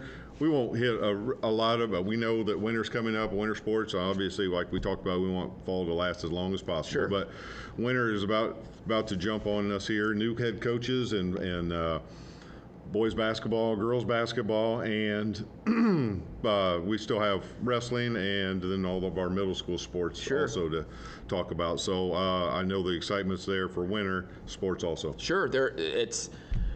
Obviously, we have new coaches, which brings excitement.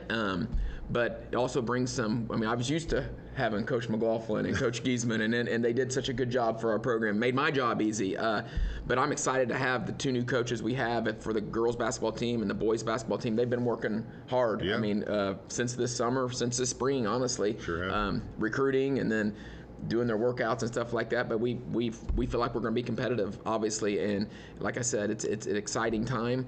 The wrestling program, we've had the same coach for a few years, but we've got a lot coming back, and a lot of these kids that are with our varsity program have had a lot of success as middle school wrestlers, which is really good. And I expect huge things from our wrestling team this year. And then the girls, we're getting near to where the girls wrestling is going to be an official IHSA sport, sanctioned sport. But we're really encouraging girls to come out to wrestle this year, because we are actually going to have a schedule that's not. They're not wrestling boys. We're going to be going to girls invites and things like that, preparing ourselves for next year when we'll have a girls program. So if there's I think there's a little bit of misconception. Sometimes the girls, we've been trying to get them to come out for wrestling. I think they think that it's they're going to be wrestling all the boys, but we're working our schedule. We don't have to do that. So middle school, obviously we got a lot of new coaches in the middle school. I mean, it's just a lot of new this winter. But like I said, anytime there's new, you've been there. It brings excitement. Sure. And but there's a lot of expectations, but at the same time, it's going to be different. It's going to be work for all of us. Right. And luckily for us, Wes-Del, we're tight enough knit a group that we'll all find a way to help everybody succeed. Lastly, I'll just let you talk about the Wes-Del community is such a good supporter of our athletics and things. Looking at it from an athletic director's standpoint, what is the best way for you to get community? So I know you probably hear that all the time. Well, let me know if there's any way I can help. And I used to hear that a lot. I would say probably the best thing we could do, I don't know if I speak for you, but is come out and see a game live and just come out and support, wear that Wes-Del stuff around the community, but maybe try to pop in and see a game live. It's huge. And honestly, win or lose, I'd like to say our community has always supported our athletes. But as an athletic director and as a school, we always want more. We want more, because it's a lot of fun. And these are memories these kids are going to have for the rest of their lives, and lessons they're going to be learned throughout this time for them that they're going to take the rest of their lives. But we want our community to come out. Like you said, wear that maroon. That's what helps. I mean, buy those concessions, because these athletic departments don't run themselves. So you come out, and when you can't come out, check out the Wes-Del Sports Network.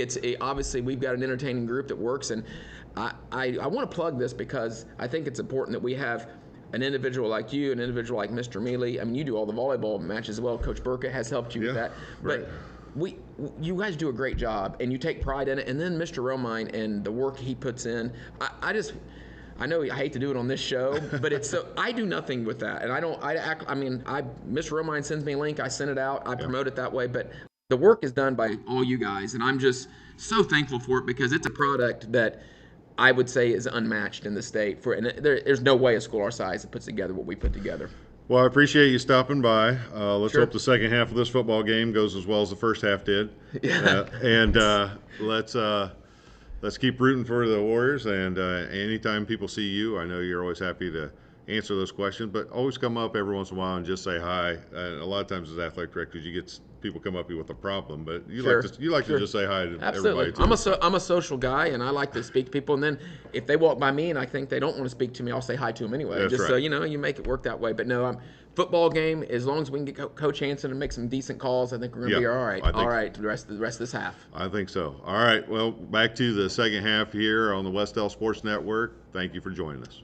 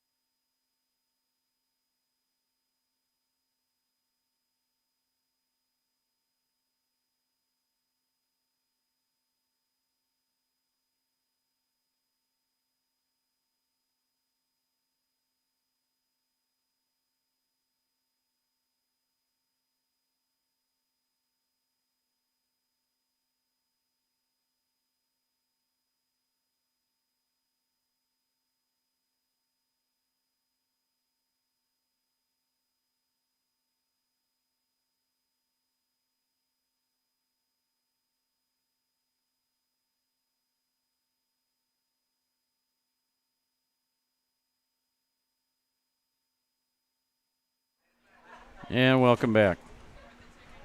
That was an extended halftime, and we're here. We're here. Getting ready to get things kicked off. The Warriors will receive. They deferred in the first half. If you're just joining us and missed the first half, you missed a lot. 35 points scored by the Warriors, and it is their best output in over 3 years in one half. And our resident official, Coach McLaughlin, says the clock will run. Clock will be running this whole half. Does everybody know, do the officials know that we're just now are resetting? Like, they've got everything set up, and we get that, but I don't know they realize sometimes they have to wait on the staff up here in the booth before they can just go ahead and play. And that is an onside kick. Onside kick. And Luke Powers falls on it. Kind of got loose, but I think Luke picked it up at the end there. So the clock will stop on certain things. What will it stop on? Extra points. Okay. Timeouts. Okay. Makes sense. And I don't remember what the third one is. Penalties? No. No. That's it? There's another one, but I can't remember. First down? Nope. Timeouts? Quarters? Yes. There we go. Quarter breaks. Of course, you'd have to there because time runs out, but makes sense. Makes perfectly good and sense. The Warriors will take over 1st and 10 on the 48-yard line. Yep. Hand off That's to Brock Nauman. Brock Nauman coming across. Pickup of maybe 2. Coach is standing. Continues to stand. I continue to sit. Yeah, you do. I'm just going to sit on your shoulder like a parrot. You are on my cord, though. I'd appreciate it if you wouldn't do that. I noticed that. I'm lost in your cord trying to get fixed here. Thank 2nd and 8, and on the 50-yard line here for the Warriors. As we mentioned, that clock is running. Not much rain yet. Maybe I was wrong. It's kind of deceiving on radar. It seems to be hitting something and kind of breaking up, but so far we're dry. It's a good thing. Adams in motion. And that's back to Mason Davis, and Mason Davis across for a yard to the 49-yard line. So it'll be 3rd down. Yeah, caught from behind that time. And 7, maybe 6. Irvin makes the tackle. Yeah, it's 7.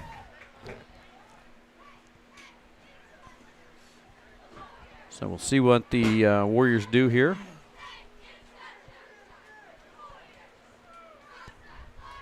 Probably see a lot of running this half, I would guess. You'd think so.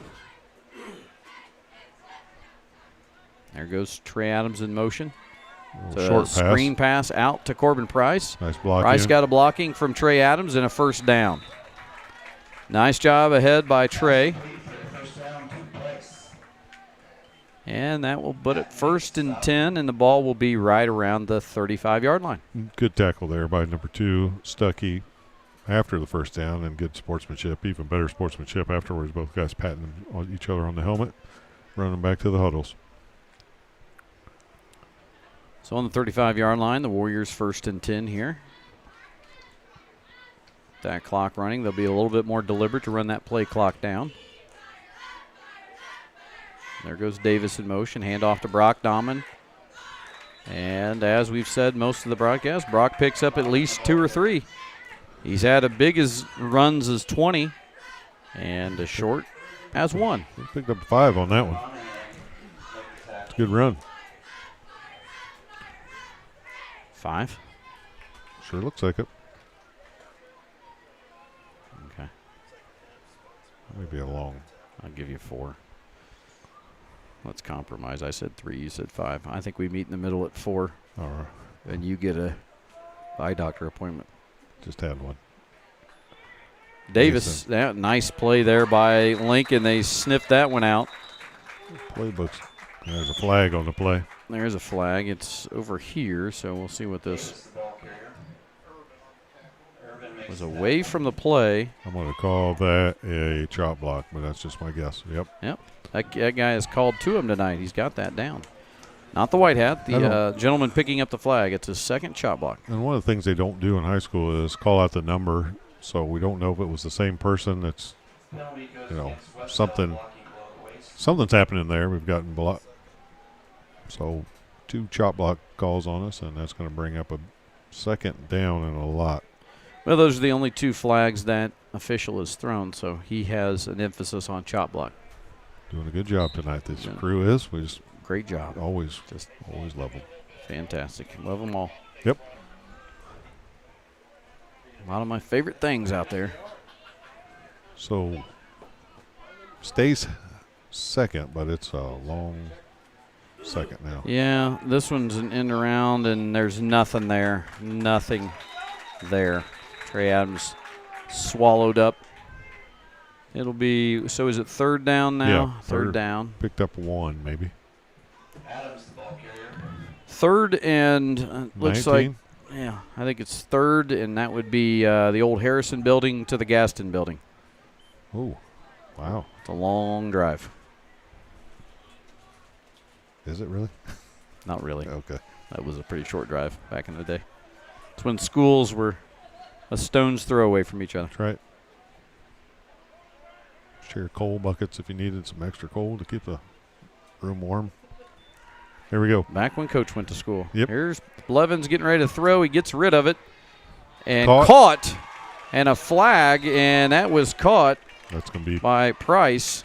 I think that'll be pass interference as long as it's not on us. If that's on us, I'd love to know how when we're up trying to catch the ball, but we'll see what they call. Crazier things have been called. Going to assume it's on Lincoln. They're telling them to move back. He's declining it. That penalty was against Lincoln. It was declined. And there you go. Declined penalty means it's a first down, and with the clock running, we're down to 6 minutes left in the 3rd quarter. And they are down at the 16-yard line. So nice little pass play on 3rd down by Triton Blevins to Corbin Price, and Warriors moving the ball again. It'll be Brock Nauman, and everybody knew that one. Nauman, and the ball's loose, and Triton fell on it. I think it stays with us. There comes a flag late. It was a late flag, and I don't know on. See what they're going to call here. I don't know. Late hit, maybe? But I didn't. He's pointing to one of ours. He's pointing to Mason. I think.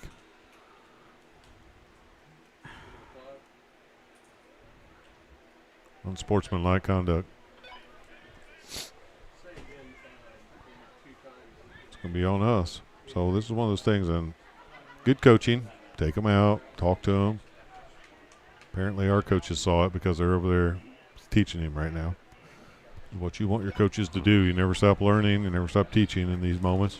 No matter if you're up, down, do things the right way. So to repeat first down. Yeah. And now it's first, and it looks like Wheeling to. Wow. I think that's Wheeling to Eaton. That's a long one. It is.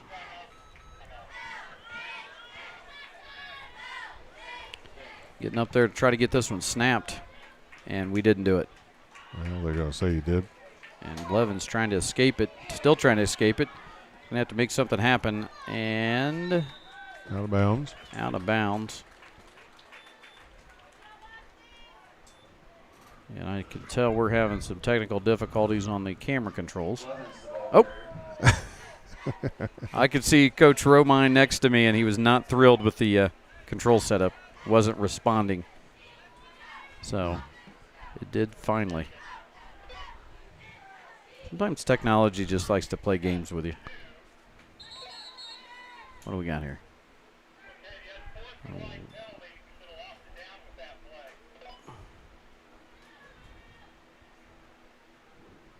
Okay. They're going to talk us over. They're talking about a loss of down. 3rd down. That's what we have, I think. All right. No. They had it on the side over there. Well, it was due to the unsportsmanlike. Right. I said it was first down, repeat first down, and you know what? It wasn't because it was unsportsmanlike. It should have been second down. The guys up here in the booth can blame me because I said it out loud. Well, it's a loss of down. Yeah, we just forgot that. Yeah, we did. It's on us. 3rd and 17 now. Handoff. Handoff is to Brock. Nice run, nice cut. And he's still moving, still cutting. And he brings it closer, and this is 4-down territory. I would assume we're going to continue to go for it. Yeah. Or we're going to kick. I mean, 4th and 5. I mean, we're gonna run it. We don't have. You don't think we can kick from there? Well, we can kick it. I don't know if we can make it. We can kick it from there for sure. So we do not. Corbin would probably be the first to tell me, I've never made one from there. We should go for it. So 4th and 5. There's about 2:55 to go in this quarter. And back to pass now. A lot of pressure coming. Dumped off and caught by Trey Adams. There's a flag down right where he caught the ball. It's coming back. That will be coming back, I believe. Might be an illegal man downfield because Trey caught it behind the guy, the blocker. Yeah. And it wasn't a screen pass. So let's see.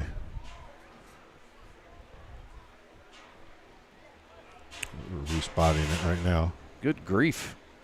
Doesn't sound great. If you're watching this at home, there was I believe, a 4.5 on the press box Richter scale. Did someone just fall up there? I don't know. They're picking it up. No flag on it. No flag. No flag. So it's a touchdown. Touchdown, Wes-Del. So they picked that up. So I guess they're saying that he was still behind the line of scrimmage when he caught that. So it's 41-0. And they're cranking the clock here, so we will kick. I'm still worried about somebody up top. Hold on. Just hold on if you're up there. We'll be up there soon. We'll check on you. Really a nice night, you know. Has been. The kick is good. It is good. We got a couple of players down, getting up. Don't want to see anybody get hurt here. Nope. So the score is 42-0, 1:55 to go, and we're going to take just a little short break here. We'll be back with you on the Wes-Del Sports Network.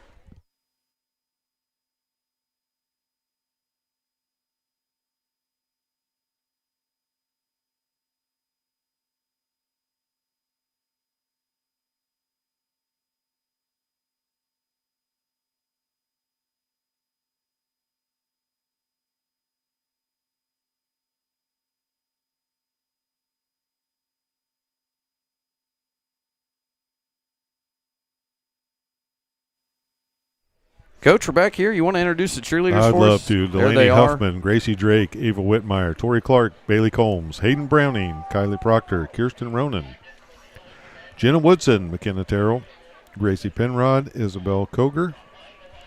I saw who was down there? Rachel Jameson's here tonight. Coach with Jameson the team. is with the team. Doing an excellent job cheering on the Warriors. Warriors leading 42-0 here in the third quarter with only 1:55 left in this one. That quarter it is. Corbin Price kicking off. And that was a Trey Adams touchdown. I think that may be his third or fourth tonight. Return's been a little bit of a problem. Not this time. Tackle made by number 58. Rainin DuBois. Rainin DuBois. You've heard Malachi. Now you'll hear Rainin. It's his freshman brother. Yeah, somebody down on the field. I hate to see that. So they'll attend to them. Now I'm seeing some raindrops. Are you? Yeah, right there on the screen. Yeah, they're falling on their head out there. Raindrops are falling on their head. We don't need singing. I know that. Let me mention the managers real quick. Well, why won't Taylor you? Watt, Ruby Stewart, Maya Dobbs, Riley Hill, all doing a great job over there. Attention Golden Eagle athletes. Are you injured? Need recovery after a tough game? The Reed Health Athletic Training. This couldn't be a more timely PA announcement. No kidding. Clinic can get you back in the game and ready to compete.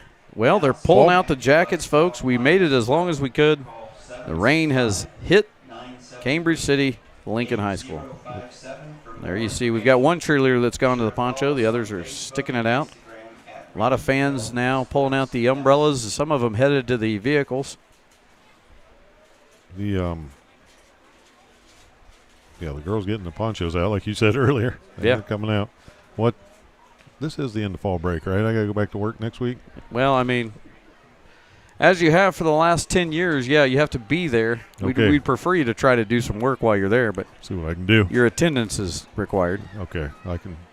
I believe Mr. Producer is going to go work on some of the electronical equipment to make sure it is not getting rained on too poorly. I don't know. He's got all kinds of gadgets. I don't know what half this stuff means. I don't either. I know that this moves the camera. Yeah. Lucas Steele is who they're helping off the field there. And like you said, let's hope that everybody's all right. I just wanted to move the joystick around a little bit. Here we go. 1st and 10 for the Lincoln Golden Eagles. That one's away. It's a little pitch play, little pass. halfback pass. Little he's trickery. open. He's Trickery. open. It could be a touchdown for tackled from behind by Corbin Price, but just from behind by Corbin. A little dipsy-do trickaroo. Dustin Lunsford with the catch. A little halfback pass there. You got the Lincoln fans up.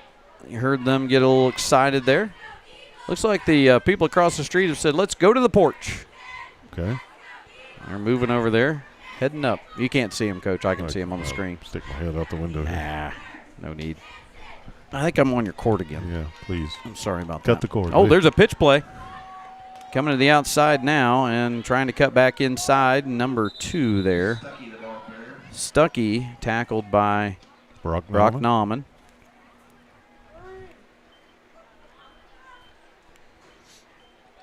So it will be 2nd and 8. They'll have to run one more play, it looks like. Yeah, clock is running. 2nd and 8 after 2-yard gain.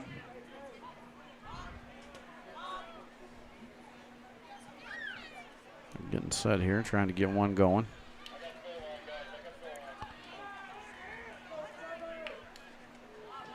And this one is away. That's Stuckey with it. He is Stuckey. Tackled there by Dallas Godby. That's going to end it. That should be the end of the 3rd quarter, and it is. The Warriors lead 42-0. We're going to take a short break. We'll be back with you for the final quarter of football here on the Wes-Del Sports Network.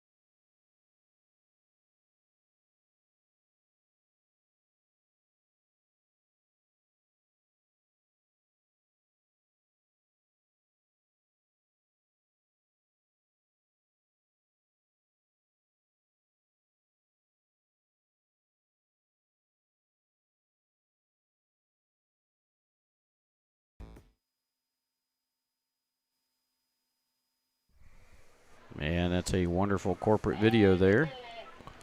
Put together a couple years back by, I want to thank Jeff Riggins at Hoosier Property Media. I'm trying to, folks, I apologize. Mr. Romine had to go and take care of some things. I'm running the camera. Pass is just a little short there. Incomplete.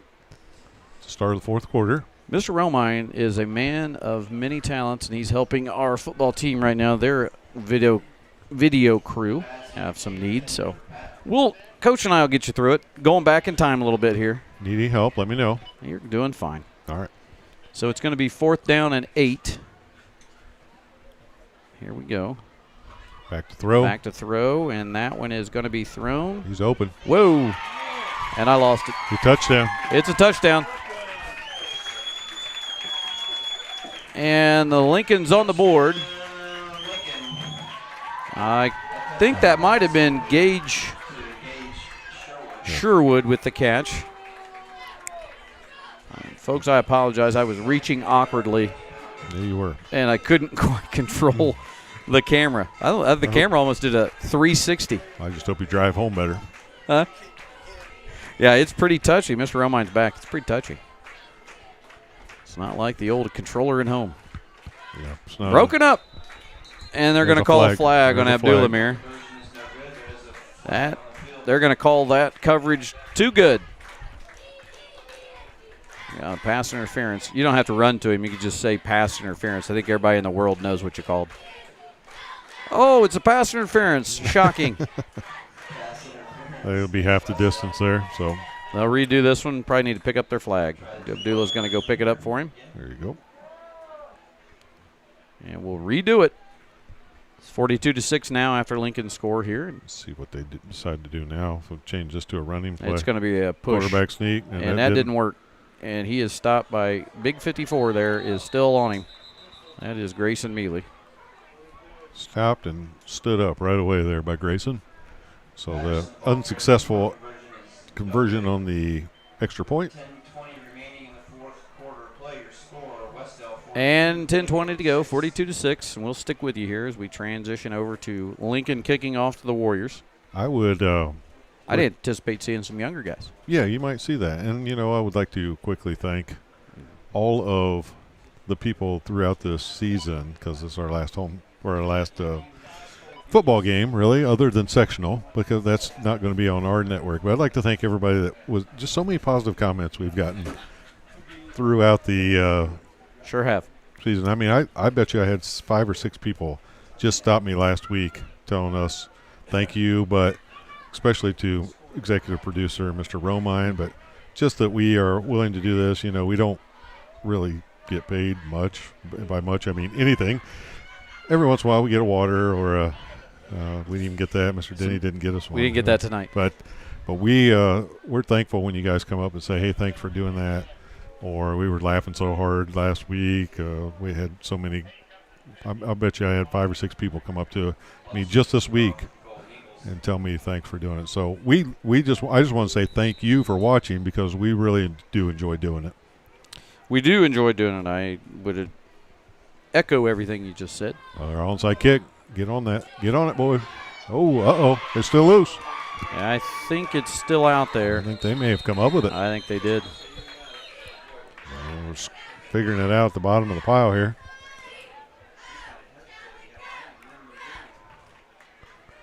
And the Warriors have it. Yes, Wes-Del fell on it. Got it. Looks like it was Mason Davis might have been underneath there. Or it was one of 2 guys, either Mason or Tecumseh Dyer. Yeah, I would agree. Got a lot of good comments. A lot of people that tune in from all over. We've got people that I know of in Kentucky. We've got people in Florida. We've got people all around. We've had people out of the country before. Yes. People that are able to watch over the years the Wes-Del Sports Network, again, for free. Family, it's really the big key is it's for family members and for the athletes and for them to see it. But we appreciate the community that also gets to watch it. But there's a good handoff. That's Riker Malk. Well, nice little run there by Riker. And the big thing to remember is none of us that I can remember are trained professionals.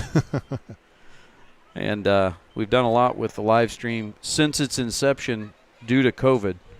A lot of schools have have abandoned the live stream, and we've made a strong effort due to the community wanting it to continue it. So we also want to thank all the schools we go to who allow us to stream this from. That one's sniffed out. Nice job. That's, again, number 55 for them. That's Anthony Monahan. But we want to thank the schools that allow us. That's the other thing, Coach, is these teams on the road, they don't have to let us come into their territory, and everybody is so hospitable, takes care of us, and gives us room in their press box to be able to bring you this. But I agree. We have jumped major leaps this year. That's all because of Mr. Romine. Mr. Romine, so. Well, thanks to everybody on there. We appreciate it. But Mr. Romine has made this a much. Oh, hold on to that thing. That was Tecumseh. Good hands to hold on to it. Yes, good job. Like you said, getting some of the younger guys out there. Yeah, it's going to bring up 4th down, and it's going to bring about 4th and 8. So we're kicking. I can see us coming out to kick probably in this territory. Not to just continue on this, but you know, I like the conversation. you know how many other people from other schools say, "Hey, we were able to go back and watch that," or my son or daughter was able to go back and watch, and or people will come up and say, "Boy, I can't believe you guys do all the this and that and all the stuff you do with your Wes-Del Sports Network." There's a nice high punt. A friendly great roll. bounce right there, and that's going to be down to the 25-yard line, or excuse me, 15-yard line. Clock's still running. Clock's still running. The rain's still, as you can see on your screen, coming down. There you can see a good shot of the people watching over there across the street on their porch. Yeah. Be careful. Never know what you're going to get. Yeah. Like a box of chocolates. Speaking of that, you know, it is Halloween time, Coach. What's your favorite candy? Halloween candy. Dots. Dots? Yeah, a lot of people will save those for me at the parade. Yeah, I do. Mr. Romine brought me a few. So dots are your number one? Well, I just like them, yeah. Okay. Halloween candy, probably. I really enjoy the, you don't get these a lot, but the Nerds clusters now are something I like. So pass and picked off. I think that's maybe Wyatt I Wicker? believe so. Number 80 with his first interception of the year at varsity, and that is number 80, Wyatt Wicker. Yeah, he's listed as 81, but I think that's Wyatt. That's Wyatt. And a freshman with the interception there. Good job. And so the Warriors will take over. Nice little job defensively by Wyatt, the freshman coming in. And that is some bright spots we've talked about throughout this year with Coach Knuckles and some of the weekly sit-downs is the future is looking good for the Warriors. Currently, if this holds up, the present is good, as this would extend us to the most wins in the last several years. If we pull this one out, we'll be 4-5 on the season. But the future looking really good with the way our JV has played. So we may be graduating 5, but we'll be hopefully reloading and just keeping things going for next year. Looks like we moved. Sides there on us. Well, ANC jumping the gun a little bit. Save your clock. I think that's who that might have been.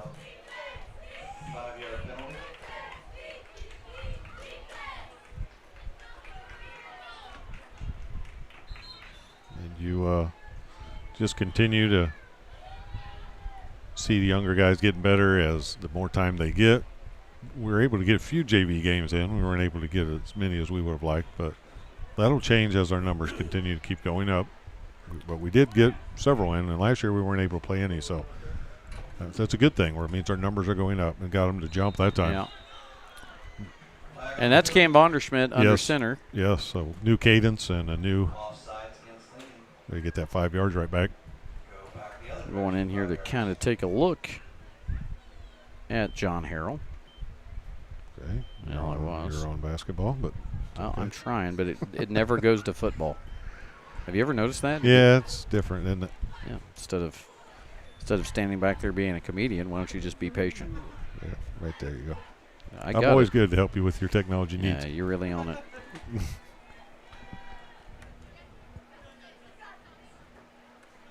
We jumped hand a off to little Riker. bit there. Riker going the wrong way on that one. Yeah, they picked that one up. What's going on with this thing? We've run that play a few times on first down now. It was Brock running it. Now Riker's running it a few times, and I think Lincoln's starting to figure out that play call. Nice if John Harrell's website worked. Well, John's busy right now. Okay. We got there finally. It took him a while. Second and about 12. What I see is there's that little fake play that we've seen a few times. Low fumble. The ball is down. That's picked up and still rumbling with it. That's Luke. Is Luke Powers. Yeah, Luke got a little run there. Can't advance it, I guess. They blew it dead right away. And that is. Here comes some even more young guys in.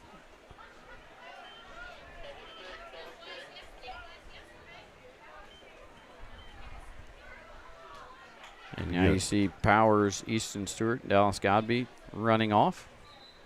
3 minutes to go here. And now you're seeing a lot of your younger guys in the game. They're actually calling for a timeout here for some reason. I think they're checking on somebody, make sure somebody's okay. So I will tell you that this will be the best season, so it looks like it will hold up, since the 17-5-6 season. 2017, okay. Yeah, so it's going to be the best season we've had since 2017. At 4-5, and this will bring Coach Knuckles.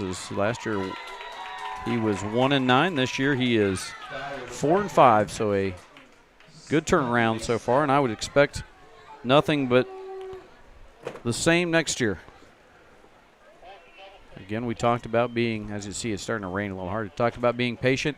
I think that's one of the hardest things for anybody in this generation of sports is patience. Well, when you build a program, you can do it one of two ways.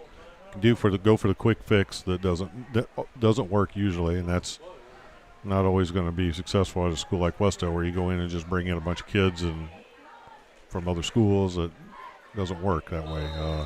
We've seen it work in basketball at a few schools, and then they go right back to not being good again. Won't mention any names, but then then what you get is if you do it the right way, it takes some time, it takes some patience, like you said, and you have to start with your young kids, and you build it every year and get a few more kids every year. So that's exactly what Coach Knuckles is trying to do. It's what we tried to do in basketball, and Coach Burkett will continue doing that. Do it the right way, get down there and work with those young kids. And one thing that is, we have about a minute 30 left to go. One thing that I've talked about with a lot of the coaches this year, I've talked with you before, and I think it's something we're going to try to push and we're going to talk to the school board about, is a real strong initiative to push youth sports and just youth activities in general. That one's up in the air, and that one was hard to see for Wyatt. He was looking all around for that one. But a push for just activity, it doesn't always have to be sports. If you look at our drama program, it has increased in numbers. If you look at our choir program, it's increased in numbers. You look at our esports program, it is increasing in numbers. It just won a state championship last year. Yeah. You look at a lot of things that are out there for kids. There's more opportunities for kids. So if I could say anything to the other parents out there, being a parent, as you have little ones, get your kids involved in something early. We're getting ready to look into, anything that drives your kids and gives them something, to get up and go to school about. That we're about it. We're building our band program. We're building everything that we have. It doesn't always have to be sports. So if I said youth sports initiative, I just want to talk about youth activity initiative. Another one? Yes. Another one? Yeah. Archery. Our archery program is good. Fantastic. Our robotics program is fantastic. And the other thing too is, I think one of the big points you're trying to make is get your kids involved in something. Yes. It's easy to just go home and sit on the couch and do nothing. We don't need any more of those kids. And you know what? We need a bunch of kids that are out there doing it, and it's not always convenient for us, but we'll help you. There's great people, great parents, lots of, we can work together to get your kids home or to do something. If you have problems with that, you find one of us, and we'll figure out something to help you. And that's the initiative, to work with parents, and I don't put it on the kids. You have to put it on the parents to say, you know what, you've got to support them, put them in something. We'll support you. We'll help you with getting them to travel. Halfback pass, and he's open if it gets there. Up and almost caught there. But we got to have time for about one more play if they hustle. Here come some of the Warriors coming off now. It looks like Grace Amelie ran off, and I believe that's also going to be Luke Powers going off for some of the younger guys coming in. So this might be it. We'll see how. Eli Watts is in there. He is. That's a long pass. That is a long one. Oh, almost just caught through the hands. And that should be it. Timeout. They called it timeout. Yeah, they want to give their kids. It's senior night. Give their kids one more play. Give one more chance. So the only way that was going to happen, the clock doesn't stop unless you call a timeout. So, well, let's sum things up because we're going to get on the road after this one's over because the weather's coming in. Coach, what did you think tonight? Proud of our guys. Very good effort. And what we talked about in the pregame was stacking together wins going into the sectional, especially when you have a bye. The one thing that we don't think about with the bye is that it gives us a chance to get healthy. And Coach Knuckles made a great point in there. They have now a week to prepare and work on themselves for 1 week. before we have to worry about the second week of who we're going to play. So we got a week to just clear up any problems that we didn't like over the last couple of weeks and get those things going. But then we also have a week next week then to prepare for whoever wins that Union City Monroe Central game. We'll be on the road, so it's a different mindset. You got to get everybody prepared. And I thought tonight was a great way to do that. Played well. We looked explosive and did a really nice job. Starts up front with your line, and then their skilled players and everybody else was doing a great job. So couldn't be more proud of these guys. 3 wins in a row, like you said, is not happened in a while. And man, what a great way to lead you into that bye week and then into sectional. And here will be the final play. Cambridge City Lincoln will look to throw one deep here, getting a lot of pressure coming in, trying to get rid of it. That one does get it off and finally knocked out of bounds. And that should do it. And it will. There you have it, folks. We want to congratulate the Warriors on the best season since 17 at 4-5 as they move to 4-5. 3 wins to end the season, as Coach mentioned. We'll be off next week and the bye week of sectional, and then we'll bring you the sectional game between Wes-Del and the winner of Monroe Central, Union City. That will be on the road. It will not be at home from Paul L. Parker. Again, we'll be on the road. But appreciate you tuning in. Hit the subscribe button if you haven't. If you have, call somebody and say subscribe. A reminder, Classic Car Show and Trunk or Treat will be taking place, sponsored by the music department at Wes-Del, on October 28th, Saturday, October 28th. It's going to be in the south parking lot from 1 p.m. to 4 p.m. There will be awards for the cars and for the Trunk or Treat. So we'll see you out there. A nice, safe place to go and trick or treat, or shall we say trunk or treat. So for Coach McLaughlin, I'm the Superintendent, Kyle Mealy. It's been enjoyable tonight. Warriors move to 4-5. We'll see you in 2 weeks for sectional play on the Wes-Del Sports Network.